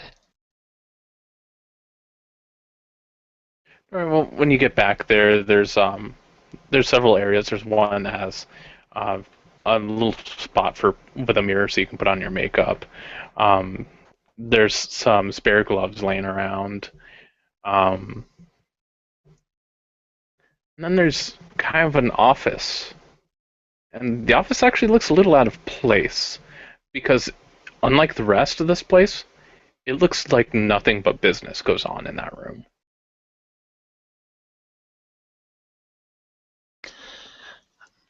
Well, that would be the first place she would head. Okay. Um,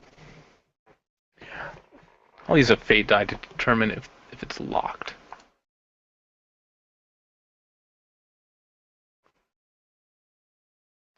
No, it's unlocked. Okay, she would knock on the door and wait to see if she got a reply. You don't hear a reply back. There's Well, no light coming from around the cracks of the door. she would definitely walk in. Right? And as soon as you walk in, the entire room is like pitch black.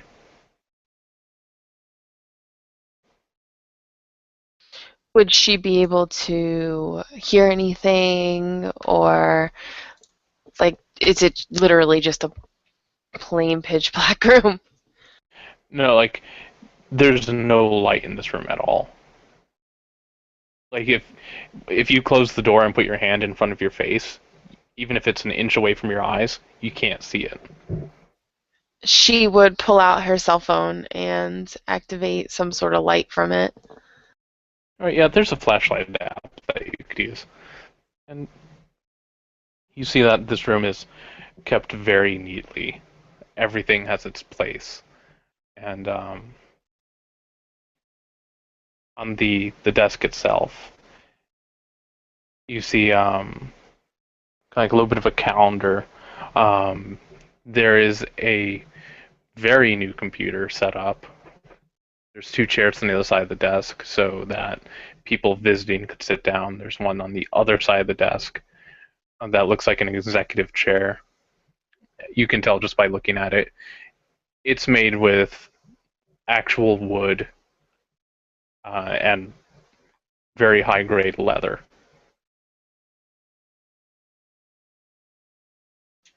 She would take a moment to text Shell and let Shell know, hey, listen, I'm snooping around back here. This is where the entrance to the back room is. I need you to let me know immediately if anybody comes back this way. Yep. As Jill gets this text, she'll send in, alright, I'll be sure to go there. And she's just kind of bring the Bloody Mary up to her lips as if she drank maybe. Crap, this would be a good time to have eat food trait, but Yeah, I would. she's gonna pretend as if she's doesn't exactly like the flavor, and she's gonna shudder, put it back down on the table, and be like, I'm sorry, that wasn't what I was expecting it to be. Just gonna stand up. I need to go to the bathroom real quick. Alright. He'll just put a bill down on the under your glass, so your glass is actually holding it in place. And before leaving, she'll pull out her wallet and put the payment to it before leaving. Okay. At first, she'll go to the bathroom, and maybe go in for a minute or two, and then she'll head out the front door and start making her way towards the back. Before she gets to the back, she peers around the corner. Does she see anyone in front of that back entrance? Nope. Alright, so she's gonna just stand at that corner, just kind of hanging out, pretending to text on her phone, occasionally glancing over at the entrance to make sure nobody's heading towards it. She has Rain's message thread up, just so that she has quicker access to texting her if someone comes. Okay. And Rain, where are you looking inside this room? Right now, I'm trying to find some sort of like files, like personnel files.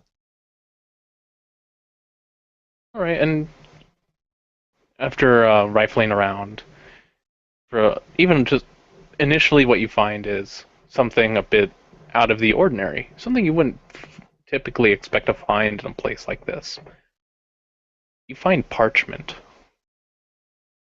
Like, just by looking and even putting a finger on this paper, you can tell that someone paid a lot of money for this parchment.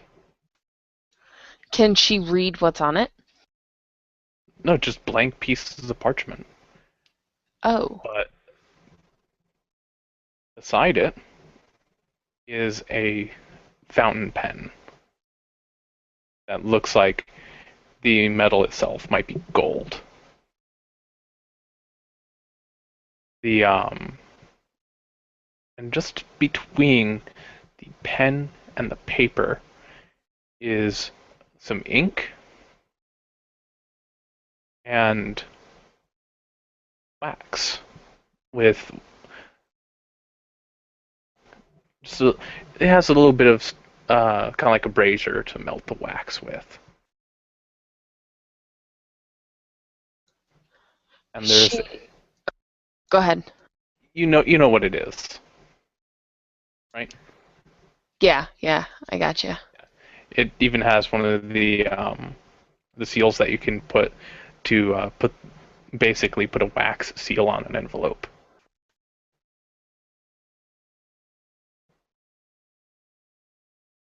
She is going to take the top piece of the parchment, fold it up, and tuck it in her bra. Okay. And it, that was all inside the desk. Um, as you continue looking around, um, where exactly do you look? So there's the Is there a desk. filing cabinet? Yes. The filing cabinet. Okay. Um, you open it up.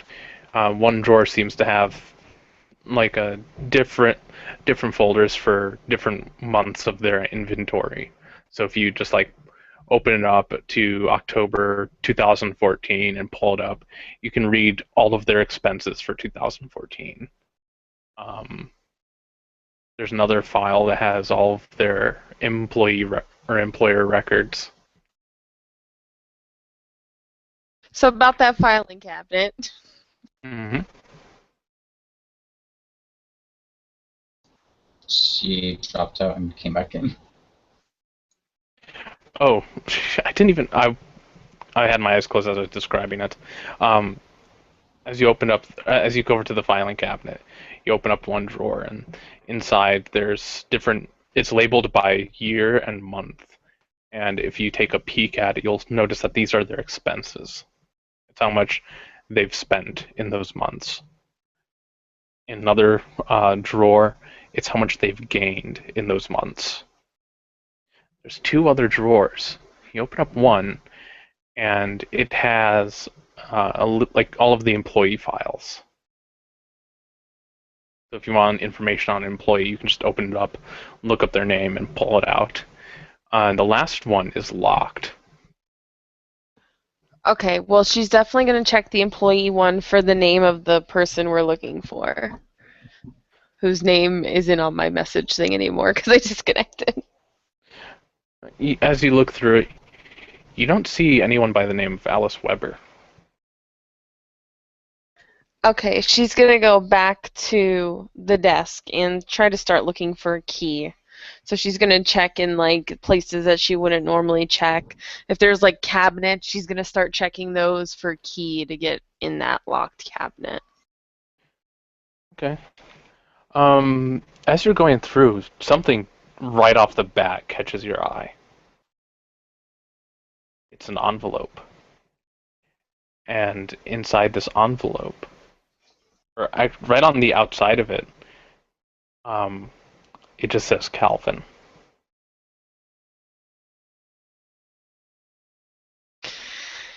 And if she were a cat, curiosity would have killed her. So she's going to not directly open it.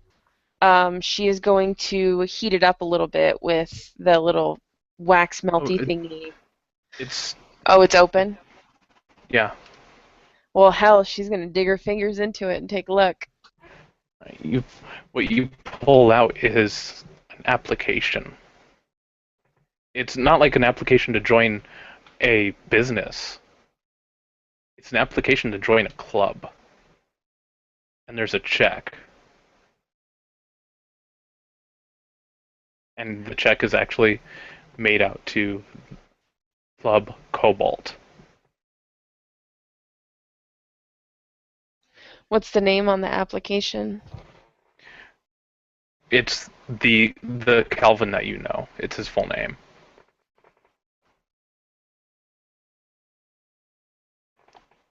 And it has details on how he makes his money, what business he runs. It has like all of his information from it. I could actually probably find it and read it to you, if you want me to. No, you could. I'll probably just get it from you later, just so I can use it for RP later. Do you want me Um, to she is bullshit it for going Mitch real quick? to. Hold She's gonna pocket that son of a bitch too. on. Okay. Uh, yeah.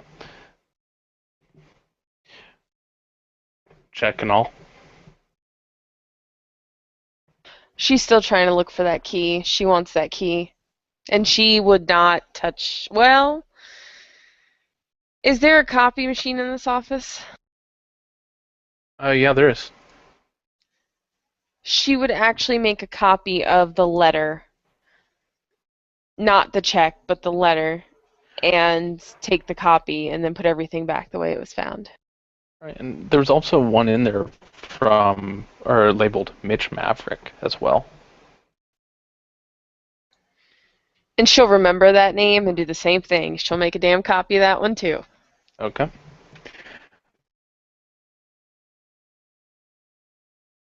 And you're not finding a key, but you do see several photographs inside, like inside the drawer, like from an old Polaroid maybe. Would it be any faces that she could recognize? One of the, or all the pictures were from people inside their club. The first one, or as you're going through them, you're probably not thinking much of anything of them, but the one that catches your eye is of Alice Weber.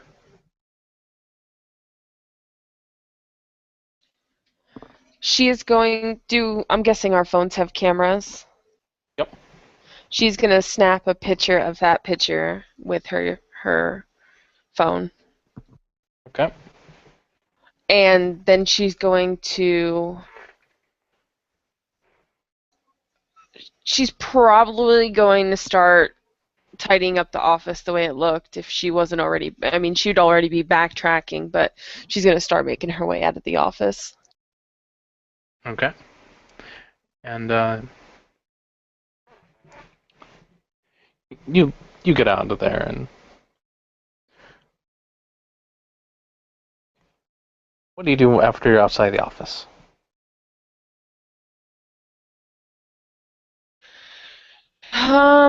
She would probably text Shell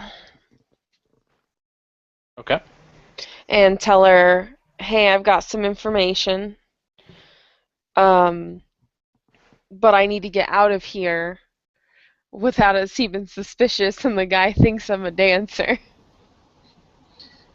Joe's gonna text back. Why not use the back entrance?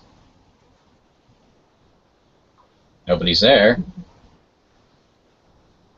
As long as it's clear, I'm coming out. Alright. And I don't know if I got the correct amount on the check earlier. I think I said 24,000. 240,000.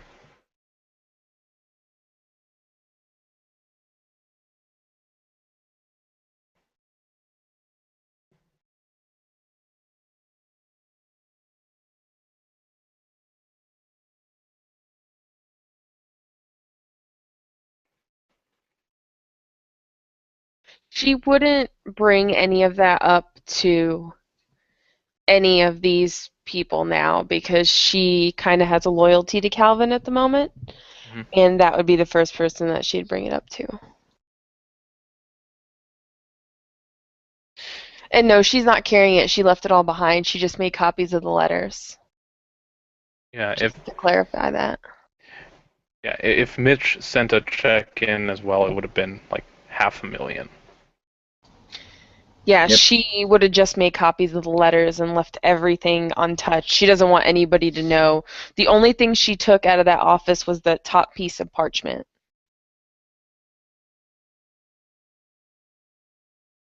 Okay.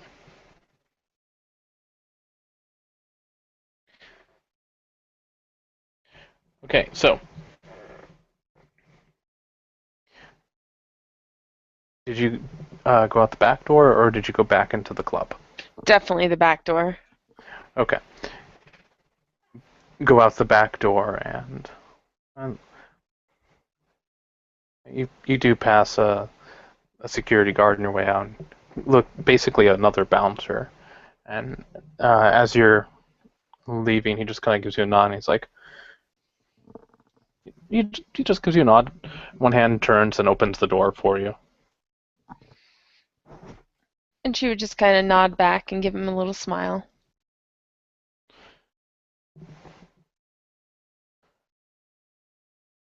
And once you're outside, you notice you're not in the same parking lot that they had access to. Inside this parking lot, you see much more expensive cars than the ones the patrons use to get access. We're talking um, cars that are probably worth $1 million easily.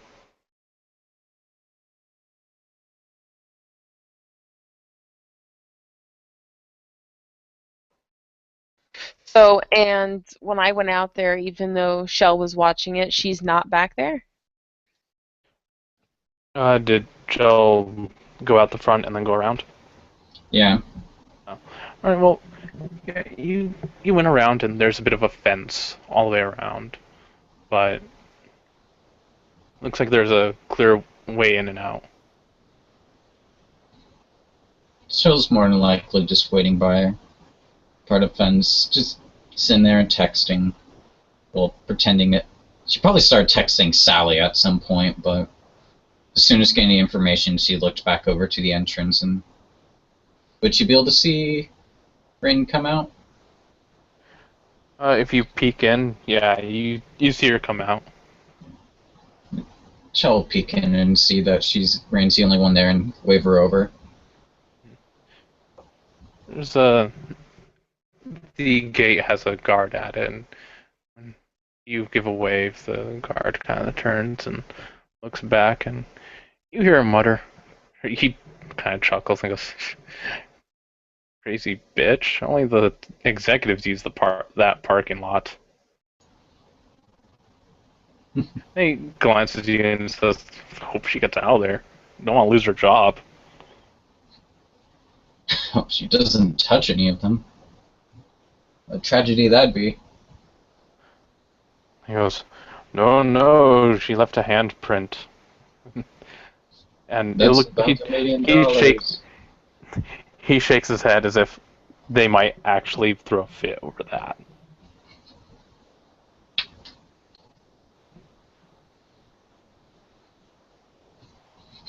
And while enjoying the company of this guard, she's just going to look over at Rain, hoping she doesn't accidentally do something to one of the cars. No, Rain wouldn't dare. She has too much respect.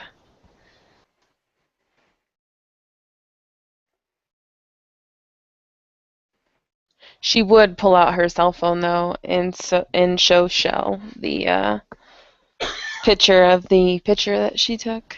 Well, before you do that, Chelsea's going to be like, alright, hey, you're off work. Hey, come on, let's go to a bar and relax a bit. Something quiet.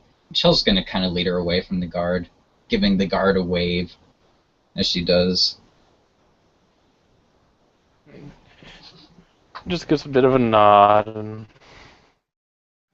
he calls back, "Try not to use that door tomorrow, alright?" Alright, sorry. It's my first day. I didn't know. I'm sorry. Figured.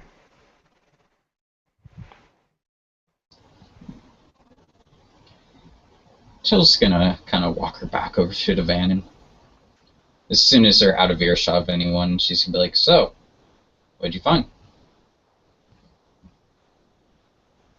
Well, not much. In the back was this really dark, creepy office with no light at all. But here's the really interesting thing. Going through some drawers, and I found that picture I showed you. but look closely. I think there's some resemblances, I think. I don't, you'd know better than me, but here, take a look.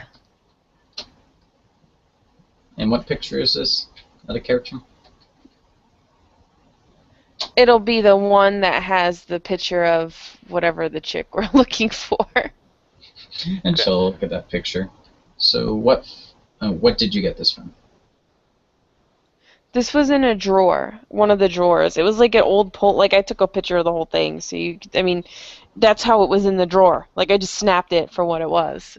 That's exactly how I found it. Now, did you take a picture of just that one or the other pictures as well? All of them. I mean, she snapped them. Okay. As you're looking at this, something kind of dawns on you. All of the girls in these pictures are very pale.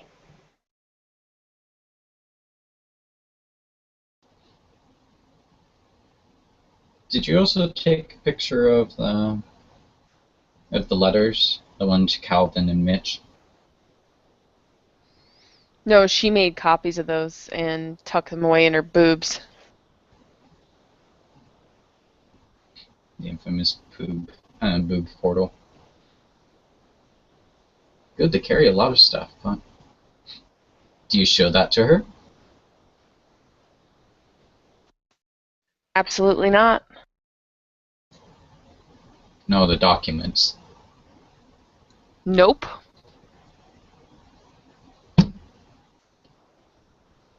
Well, Chel's not gonna know about them then. She's just gonna look at the pictures and kind of raise a brow looking at this.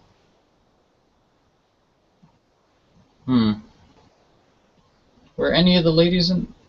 Do you remember if anyone in the room we were in were pale, or were they too glow in the... They were probably too glow in the dark, weren't they? I almost wonder if they were in those cages because they were too pale and they were dark. Because all you could see was the glow-in-the-dark paint, which means they had to be dark, right? Because I mean, I'm kind of pale, and I didn't, yeah. Chel's gonna shoot Amelia a text. And we lost Tiffany again. It's alright. So Alright. just, what's in the text that you send her? Amelia is gonna get a text from Chel, and it's basically gonna say, what complexion are the dancers inside the cage? Are they pale? Would you think they're pale skin? And Amelia will go and try and have a look. Right? And it's really hard to tell, but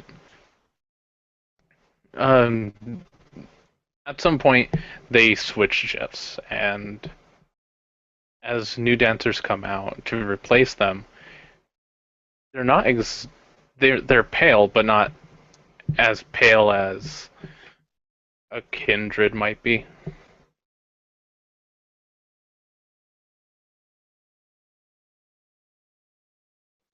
She'd text back a negative then. Or also, Amelia will be watching for signs of people breathing. As you know, dancing makes people have laboured breath. Oh yeah, they're definitely breathing.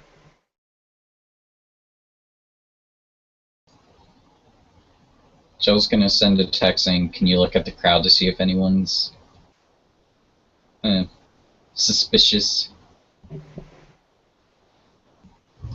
Amelia will look at her phone, look at the crowd, look at her phone. She's not asking much, is she?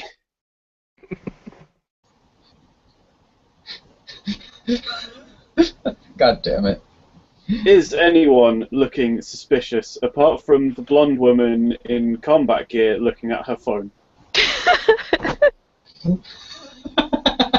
That's horrible. Not exactly. The staff seem to be very, even though the bartenders are being friendly and sociable, they're dressed in more or less what you'd expect to be a business suit. The bouncers, they're wearing business suits. The DJ is wearing, it looks like it could be a business suit, except he's not wearing a tie. His shirt is unbuttoned. He's not wearing a jacket. And he's wearing a hat indoors. Scum. Uh, Amelia will try her best to look over everyone on the dance floor to look for signs of breathing and things like that. They, they all seem to be breathing. And then the bouncers and staff. They all seem to be breathing. I mean, it's harder to tell for some of the staff because they don't move as much, but after spending a few minutes looking at them, you do see their chests rise and fall.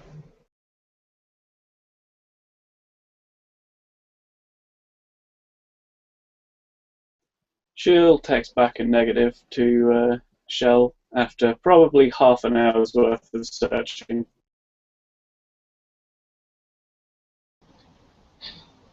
Jill's just gonna reply, "Be back at the van then." Onwards she goes to the van of destiny. And while she's waiting for Amelia, she's gonna turn back the rain and just kind of look back over at the entrance. So, did you find anything other than these pictures? Any documents? Any, you know, what exactly were you doing in that office? I was snooping around to try to see if I could find, that chick you were looking for. Find anything on her other than a picture? Nothing. It was just that office was just dark, and there was some like old parchment with like some wax and stuff, which makes me, I don't know, kind of put two and two together that people, like me who are as young as I am don't really write that way with fountain pens and ink and wax and that kind of stuff. But other than that, everything seemed normal. There was a locked drawer I couldn't get into, but I checked everywhere for a key and I couldn't find a key. So I just wanted to get out of there before I got caught.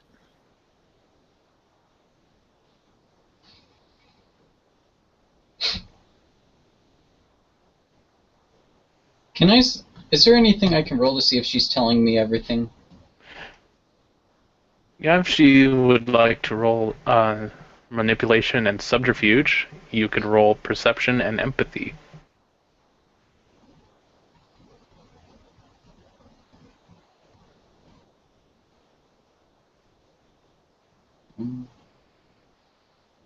So I'm starting with perception and empathy. That is if Tiff rolls a manipulation subterfuge. Okay. Even if I spent one willpower, I have one die. I have one success. Because I don't have any empathy dots. I have one perception dot. Yeah, she's made for this kind of stuff, so. As far as you can tell, she's telling the truth. Hey, Shell, I've got a bridge to sell you.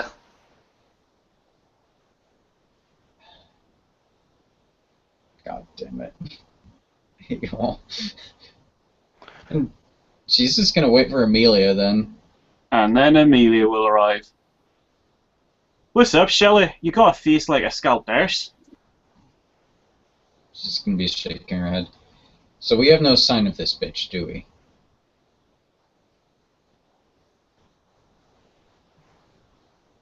Not from what I can tell.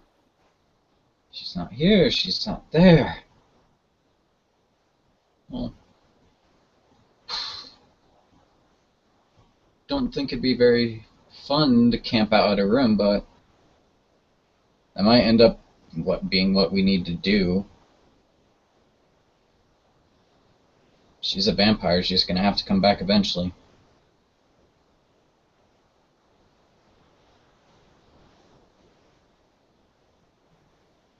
She's looking over at the other two for their responses.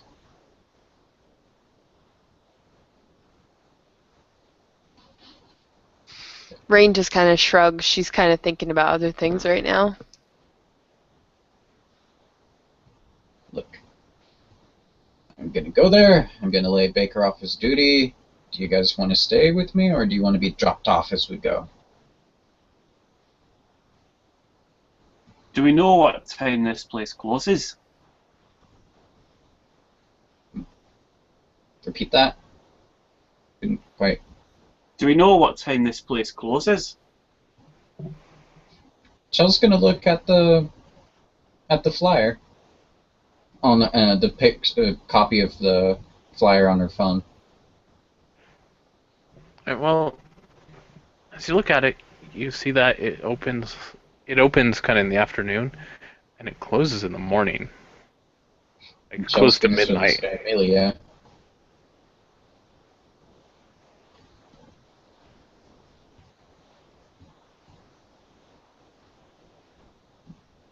And Chel's just gonna show this to Amelia.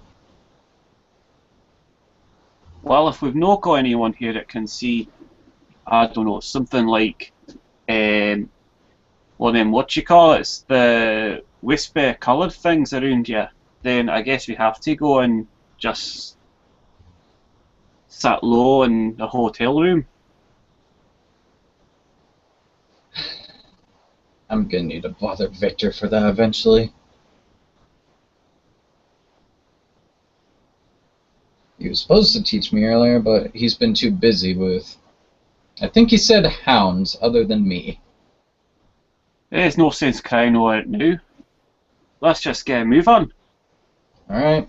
Chel's gonna get in the passenger seat. Rain, you wanna camp with us? Oh, sure, why not?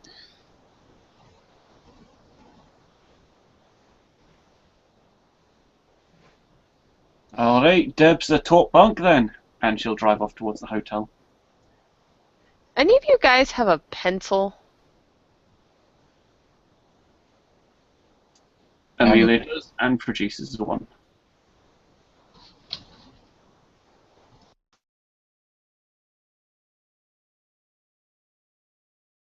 I'm sorry, my internet lagged. Did one of you guys have a pencil?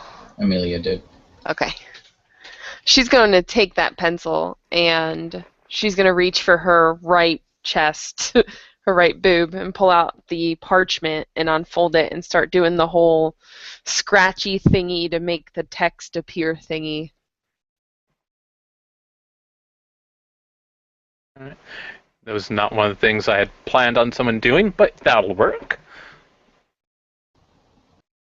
Surprise. If you give me one moment, I will actually get the that text out. Just one moment. As I keep saying, if there's one thing that'll screw a game up for you, it's players. No, this is actually awesome. It kind of gives you a hint.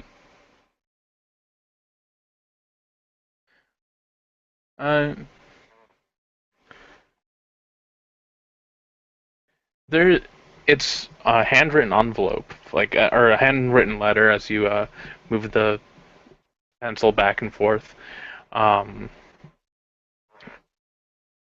The paper turning dark, except for the lines where the pen met the paper on the paper above it. There is an address written.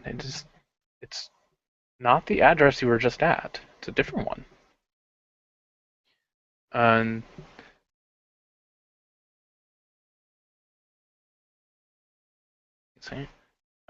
it's an actually invitation to apply to join the club Cobalt. All you need to, and it says all you need to do is send a letter of introduction with an essay on how you plan to benefit the community of the club.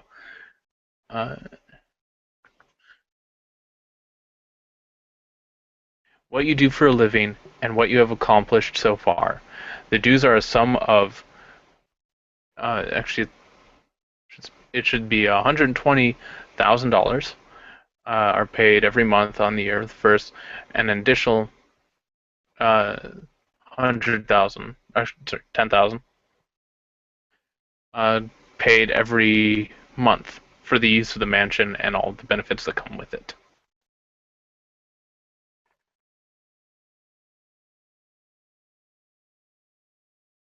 Interesting. What you got there, Amy?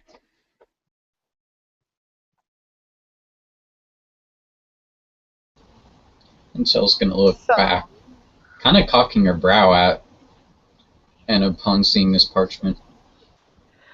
I think I have something, I think. And she'll just kind of hold it out to Shell. With the address, it's basically inviting you to that address. Shell's gonna look at it, and she's actually going to tell Amelia to start driving to it. She wants to see what this place is. And Amelia turns around and does just that. Okay. It takes a while for a bit of a drive before you pull up to these. There are these beautiful gates that go all the way around a rather large property. Through the bars, you see that there's um, you do see that there's a golf course in there. You see that there's off in the distance. You swear you're looking at a stable for horses, and then there's this big mansion right in the middle of it. Uh, a driveway goes right on inside, and there's fountains and very artistic bushes. But there's also a lot of security. You're seeing a lot more guards. And Amelia, when you look at them, you notice that their stance is very militant. They're behaving a lot like soldiers. No meaning anything bad to your tats, lady, but I don't think they're going to get us in here. Shell's actually good. She's just more or less gonna gesture to keep driving, not really stop because, as Amelia just said, she doesn't really want any suspicion from these guards to be on her. Amelia continues driving. And as they keep driving, she'll look back at Anna. So why did you take a piece of parchment? Well, I figured if I took the top piece of parchment, that somebody must have wrote on it. And it's a piece of parchment, and people don't write on parchment anymore. So I figured it had to be something really important and really special. So I figured if I got a pencil, which was something I learned in like grade school, and I scribbled over it, I could make out the text of what was on the letter before that, which is what I did. Quick out of character question. Would Shell or Rain have filled Amelia in on the photographs that Rain found?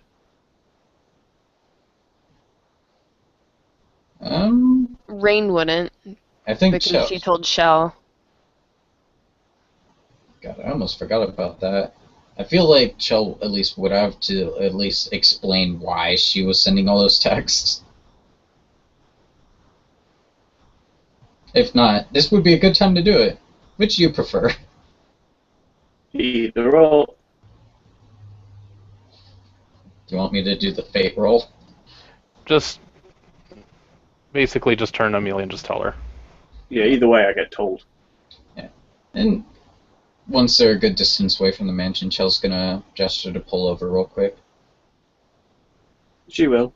So what we're thinking, some sort of, I don't know, kindred secret society's been trying to kidnap these girls.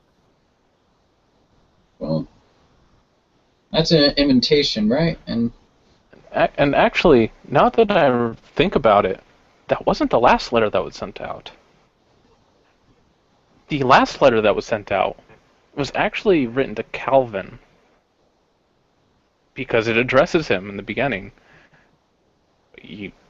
I'm not sure if this character is going to read that part out loud, but basically it's welcoming the reader to the club and inviting the person to take a tour of their facilities, and that they won't cash that check until after they've taken a look at everything it has to offer and have agreed that this is for him. And and basically just inviting him to see everything that they have, and it briefly mentions the golf course. It briefly mentions trails for horseback riding. But the part that catches your ear most of all is they're claiming to have found the fountain of life, or the fountain of youth, and all of its members will receive immortality.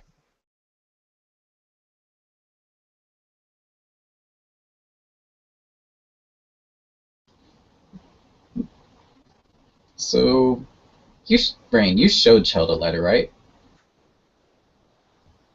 Yeah, but she didn't really. Yeah, she kind of showed her like the top part of the letter with the address, and She like just probably kind of won't have. quickly. Not like she didn't give it to her. She wouldn't hand it over. Well, even if she saw Calvin, she doesn't exactly know who Calvin is. Yeah, but Rain would want to hold on to it to point it out to him. So Yeah, she's probably holding it over with her hand on the top part, with her thumb over who the letters for. Uh, Chell's gonna That's just what I'm getting from that. She's gonna rub her chin as she thinks about this.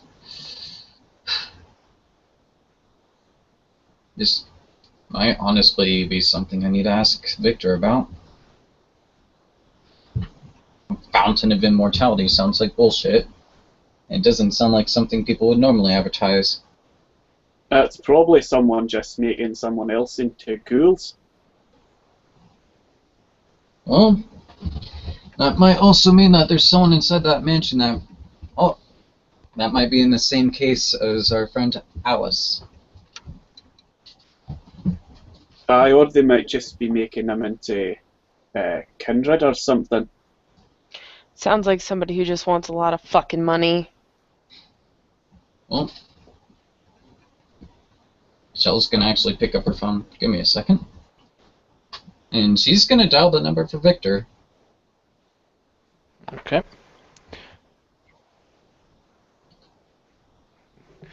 Phone rings a few times, and you hear Victor answering.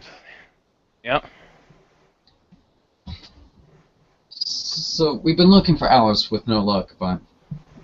Mention at... She's gonna recite the address. You wouldn't happen to know if there's any kindred we know of in there, would you? And just pause for a moment. You would just go, no? Hmm. So, some wealthy big shot moved into that place a while ago. Should be a human. Well, according to a letter we just found from that place, they seem to be offering something akin to a fountain of immortality. And she says this mockingly.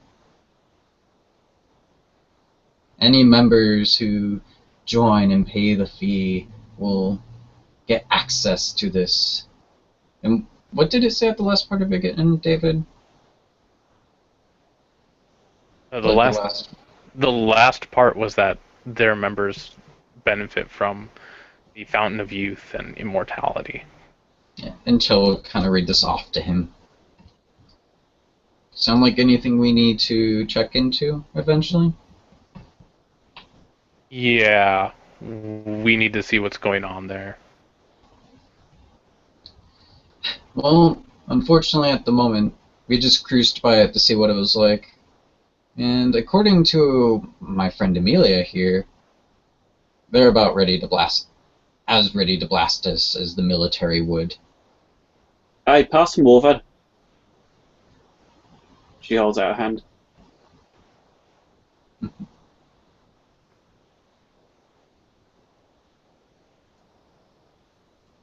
Looking expectantly at Shell. And Chell's gonna hand over the phone. Right, so from what I can tell, we got some PMCs up in this area. They've probably got bunkers, and they'll have patrolling guard dogs. It looks like a standard setup. I can tell you now, it ain't gonna be a cakewalk to get in there.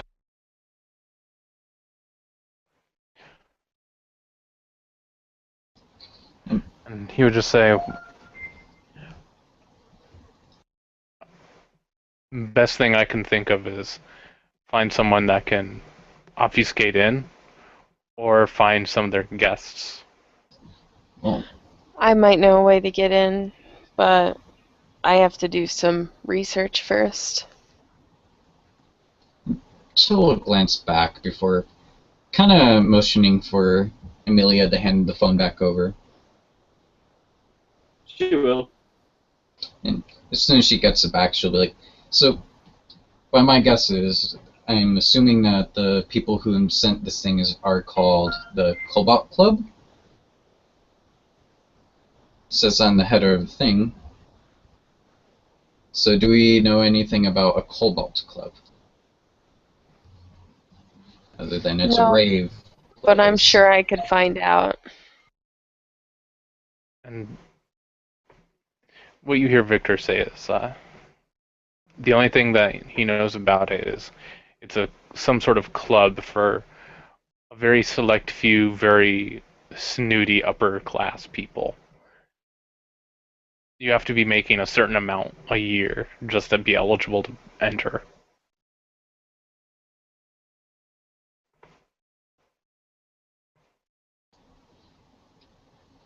Do they send it automatically to anyone who earns a lot in the city, or And no? I feel like I really don't know. Well, as far as I fucking know. So, we found we found what apartment, on a different note, we found what apartment room Alice Cooper's in. We thought she'd be in the club that the Cobalt Club seems to be running. The rave one, not the mansion. And we couldn't really find her there. And right now we have, you're gonna hear, Victor's gonna hear a deep sigh. We have Baker waiting back at the hotel room in case she comes back.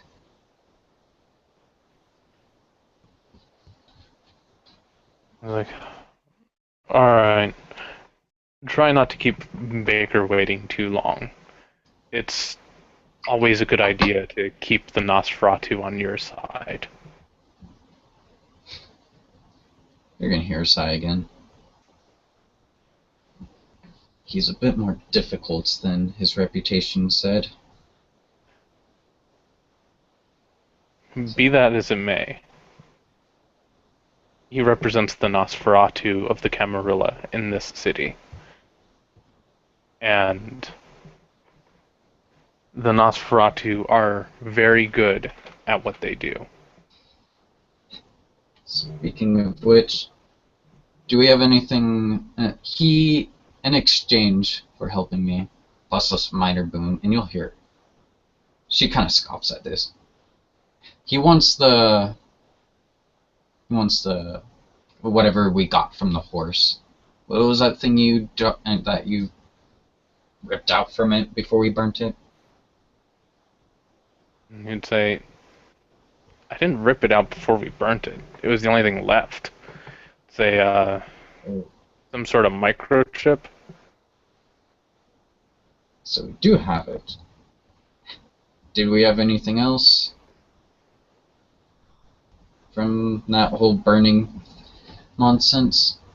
Baker wanted to see if he could have it.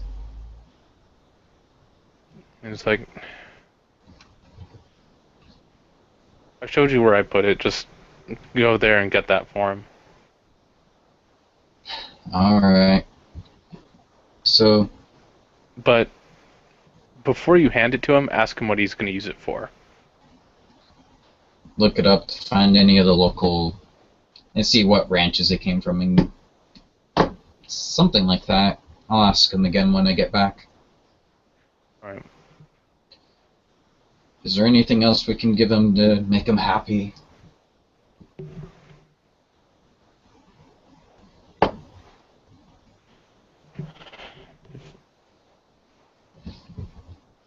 Honestly, I wouldn't know. Alright. I'll give him his chip as soon as we get back to the room.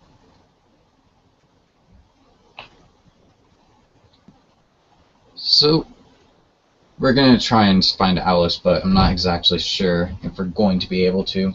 Hopefully she comes back to her room.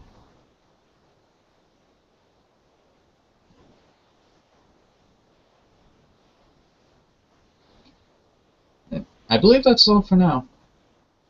So I'll call you back if there's anything else. I'm going to call a few people about the Cobalt Club, see what they know about it. They're a part of that society more than I am. Alright, tell me what you know when I get back, I guess. And you could hear his eyes rolling at the mention of that type of society. And she was kind of chuckling at that. Sorry I'm making you deal with those sons of bitches. Mm-hmm. Also, side note before I leave, you know the ability for, seeing of Aurora, you mentioned it once or twice? I really need to get that eventually because I found I'm already needing the use of it. When's a good chance you can teach me that?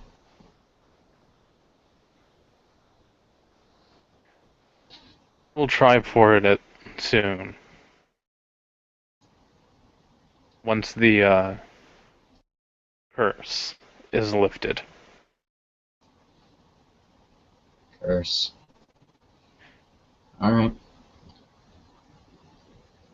So, alright, I'll talk to you later. I gotta go drop some people off real quick. Mm-hmm.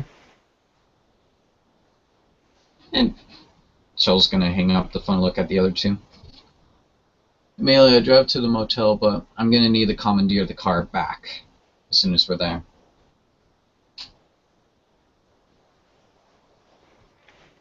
I actually need to go back to the club. I need to do some research. I've got something in mind as well. Alright. Let's drive our little friend back to Hots, and then you can drive yourself back to this place, and I'll take over from there. And as she says this, she's texting Baker. We're gonna have your reward soon. Don't worry. Just stay in the room until we get there. Would you fuck me? And you're gonna get a prompt answer. No, I'm a lesbian. I'd fuck me. Would you fuck me? No, I'm kidding. While in the room, we have Baker sort of modeling to himself in the fucking mirror. Please don't tell me he sent that picture. He can't. Aww. Oh wait, I forgot. Aww. That's disappointing. In any case, I'm going to assume that there's been no activity on my side. Yeah, there hasn't been much going on your end. Okay, fair enough, fair enough. What Baker's going to do is he's going to go ahead and rip off most of his disguise.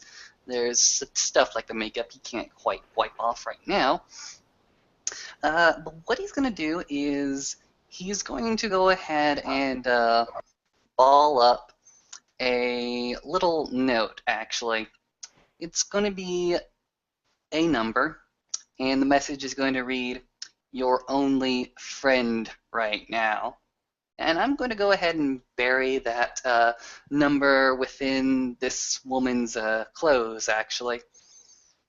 And I will simply wait until the last minute to see if Alice shows up before Shell does.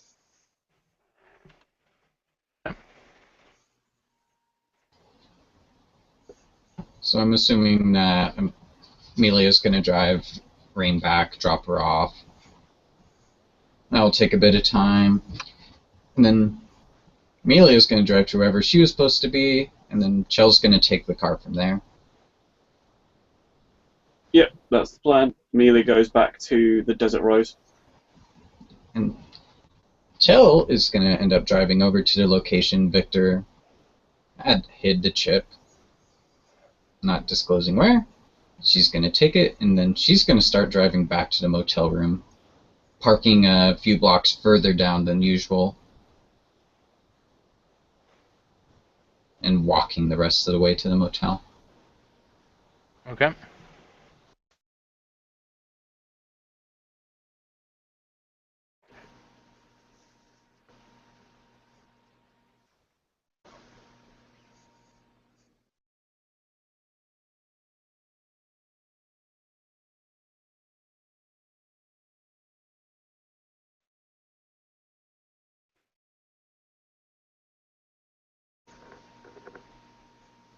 So does Alice arrive before Chell? Nope. Chell's going to knock on the door. Okay. Baker is gonna go ahead and look through the curtains of the open window just for a second, just to confirm this is Shell, right? And then what he's gonna do is he's gonna go ahead and throw open the locks, unlock it, not necessarily a door, stand back. Alright. And Chell's going to enter, and she's going to open her palm, and there's the chip. And she's going to present it to Baker. You're free to go. I'm camping here for at least until the rest of the night, until our friend Alice comes back. Okay, awesome. Baker will go ahead and palm the chip in his own hand, stuff it into his pocket, and then he will present you with the key to the room. Next time, just don't break the lock. Just ask me to pocket it. I can only ask so many favors of you. Did you find anything else? Well, we couldn't find out where she was, but she's going to pull out her phone and start showing all the pictures that Rain had found. We also found out people have been getting this invitation from the Cobalt Club, some pompous, rich club from the sounds of it, but the only interesting part about it was the last part of the letter. They're promising immortality to their members, or the benefits of it, or something of the like, so we're trying to see if there's any kindred hiding in that mansion. Interesting little setup that a particular person has there. Donations for memberships skyrockets, a lot of revenue there, but the problem is you have to keep recruiting new people. And in a city like this, the kindred population would easily overwhelm the kind. This Fountain of Youth, I don't know what it is, but good luck with it. He goes ahead and slaps you hard in the back and proceeds to walk away.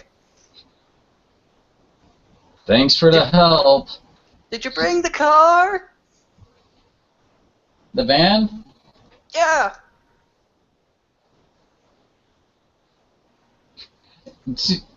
I don't. How far out are we from the city? You're on the outer edge of the city. Fuck. Question, can I get to some Nosferatu warrens from where I'm standing? It'll take you a little bit, but you could do it. Baker disappears off into obfuscation. The magical Nosferatu having done his job and gotten his just rewards. Little kiddies, this is a marvel. This is a fable of awesome proportions. Also, everything goes into Baker's mouth. Everything. Well, Chell's gonna wait there until at least an hour before the sun would start rising. giving her ample time to head back to her haven if she doesn't show up. Does Alice arrive during that time? No. Then she's going to sign disappointment, and actually, before leaving, she's going to find a random piece of paper, not knowing about bakers, and she's going to write a note down along the lines of, call this number when we get a chance. Your friend Robin's looking for you. If you don't, we're coming back. Actually, no, she's going to scratch out the last line, say,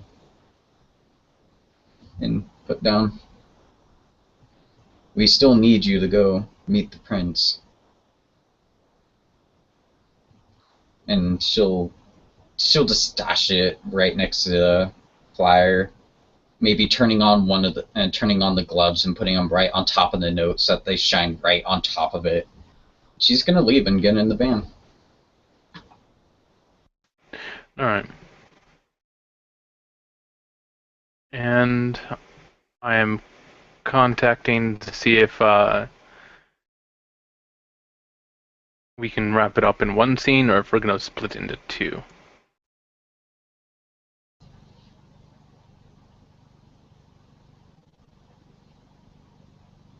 Trying to find Kitten. I've actually got to get going for the night, so. Alright, well, I guess we'll do it in two different scenes then. Mm-hmm. Alright. Bye, Tiff. Have a good night, guys. Good night. And thank you, players, for playing, and thank you, watchers, for watching.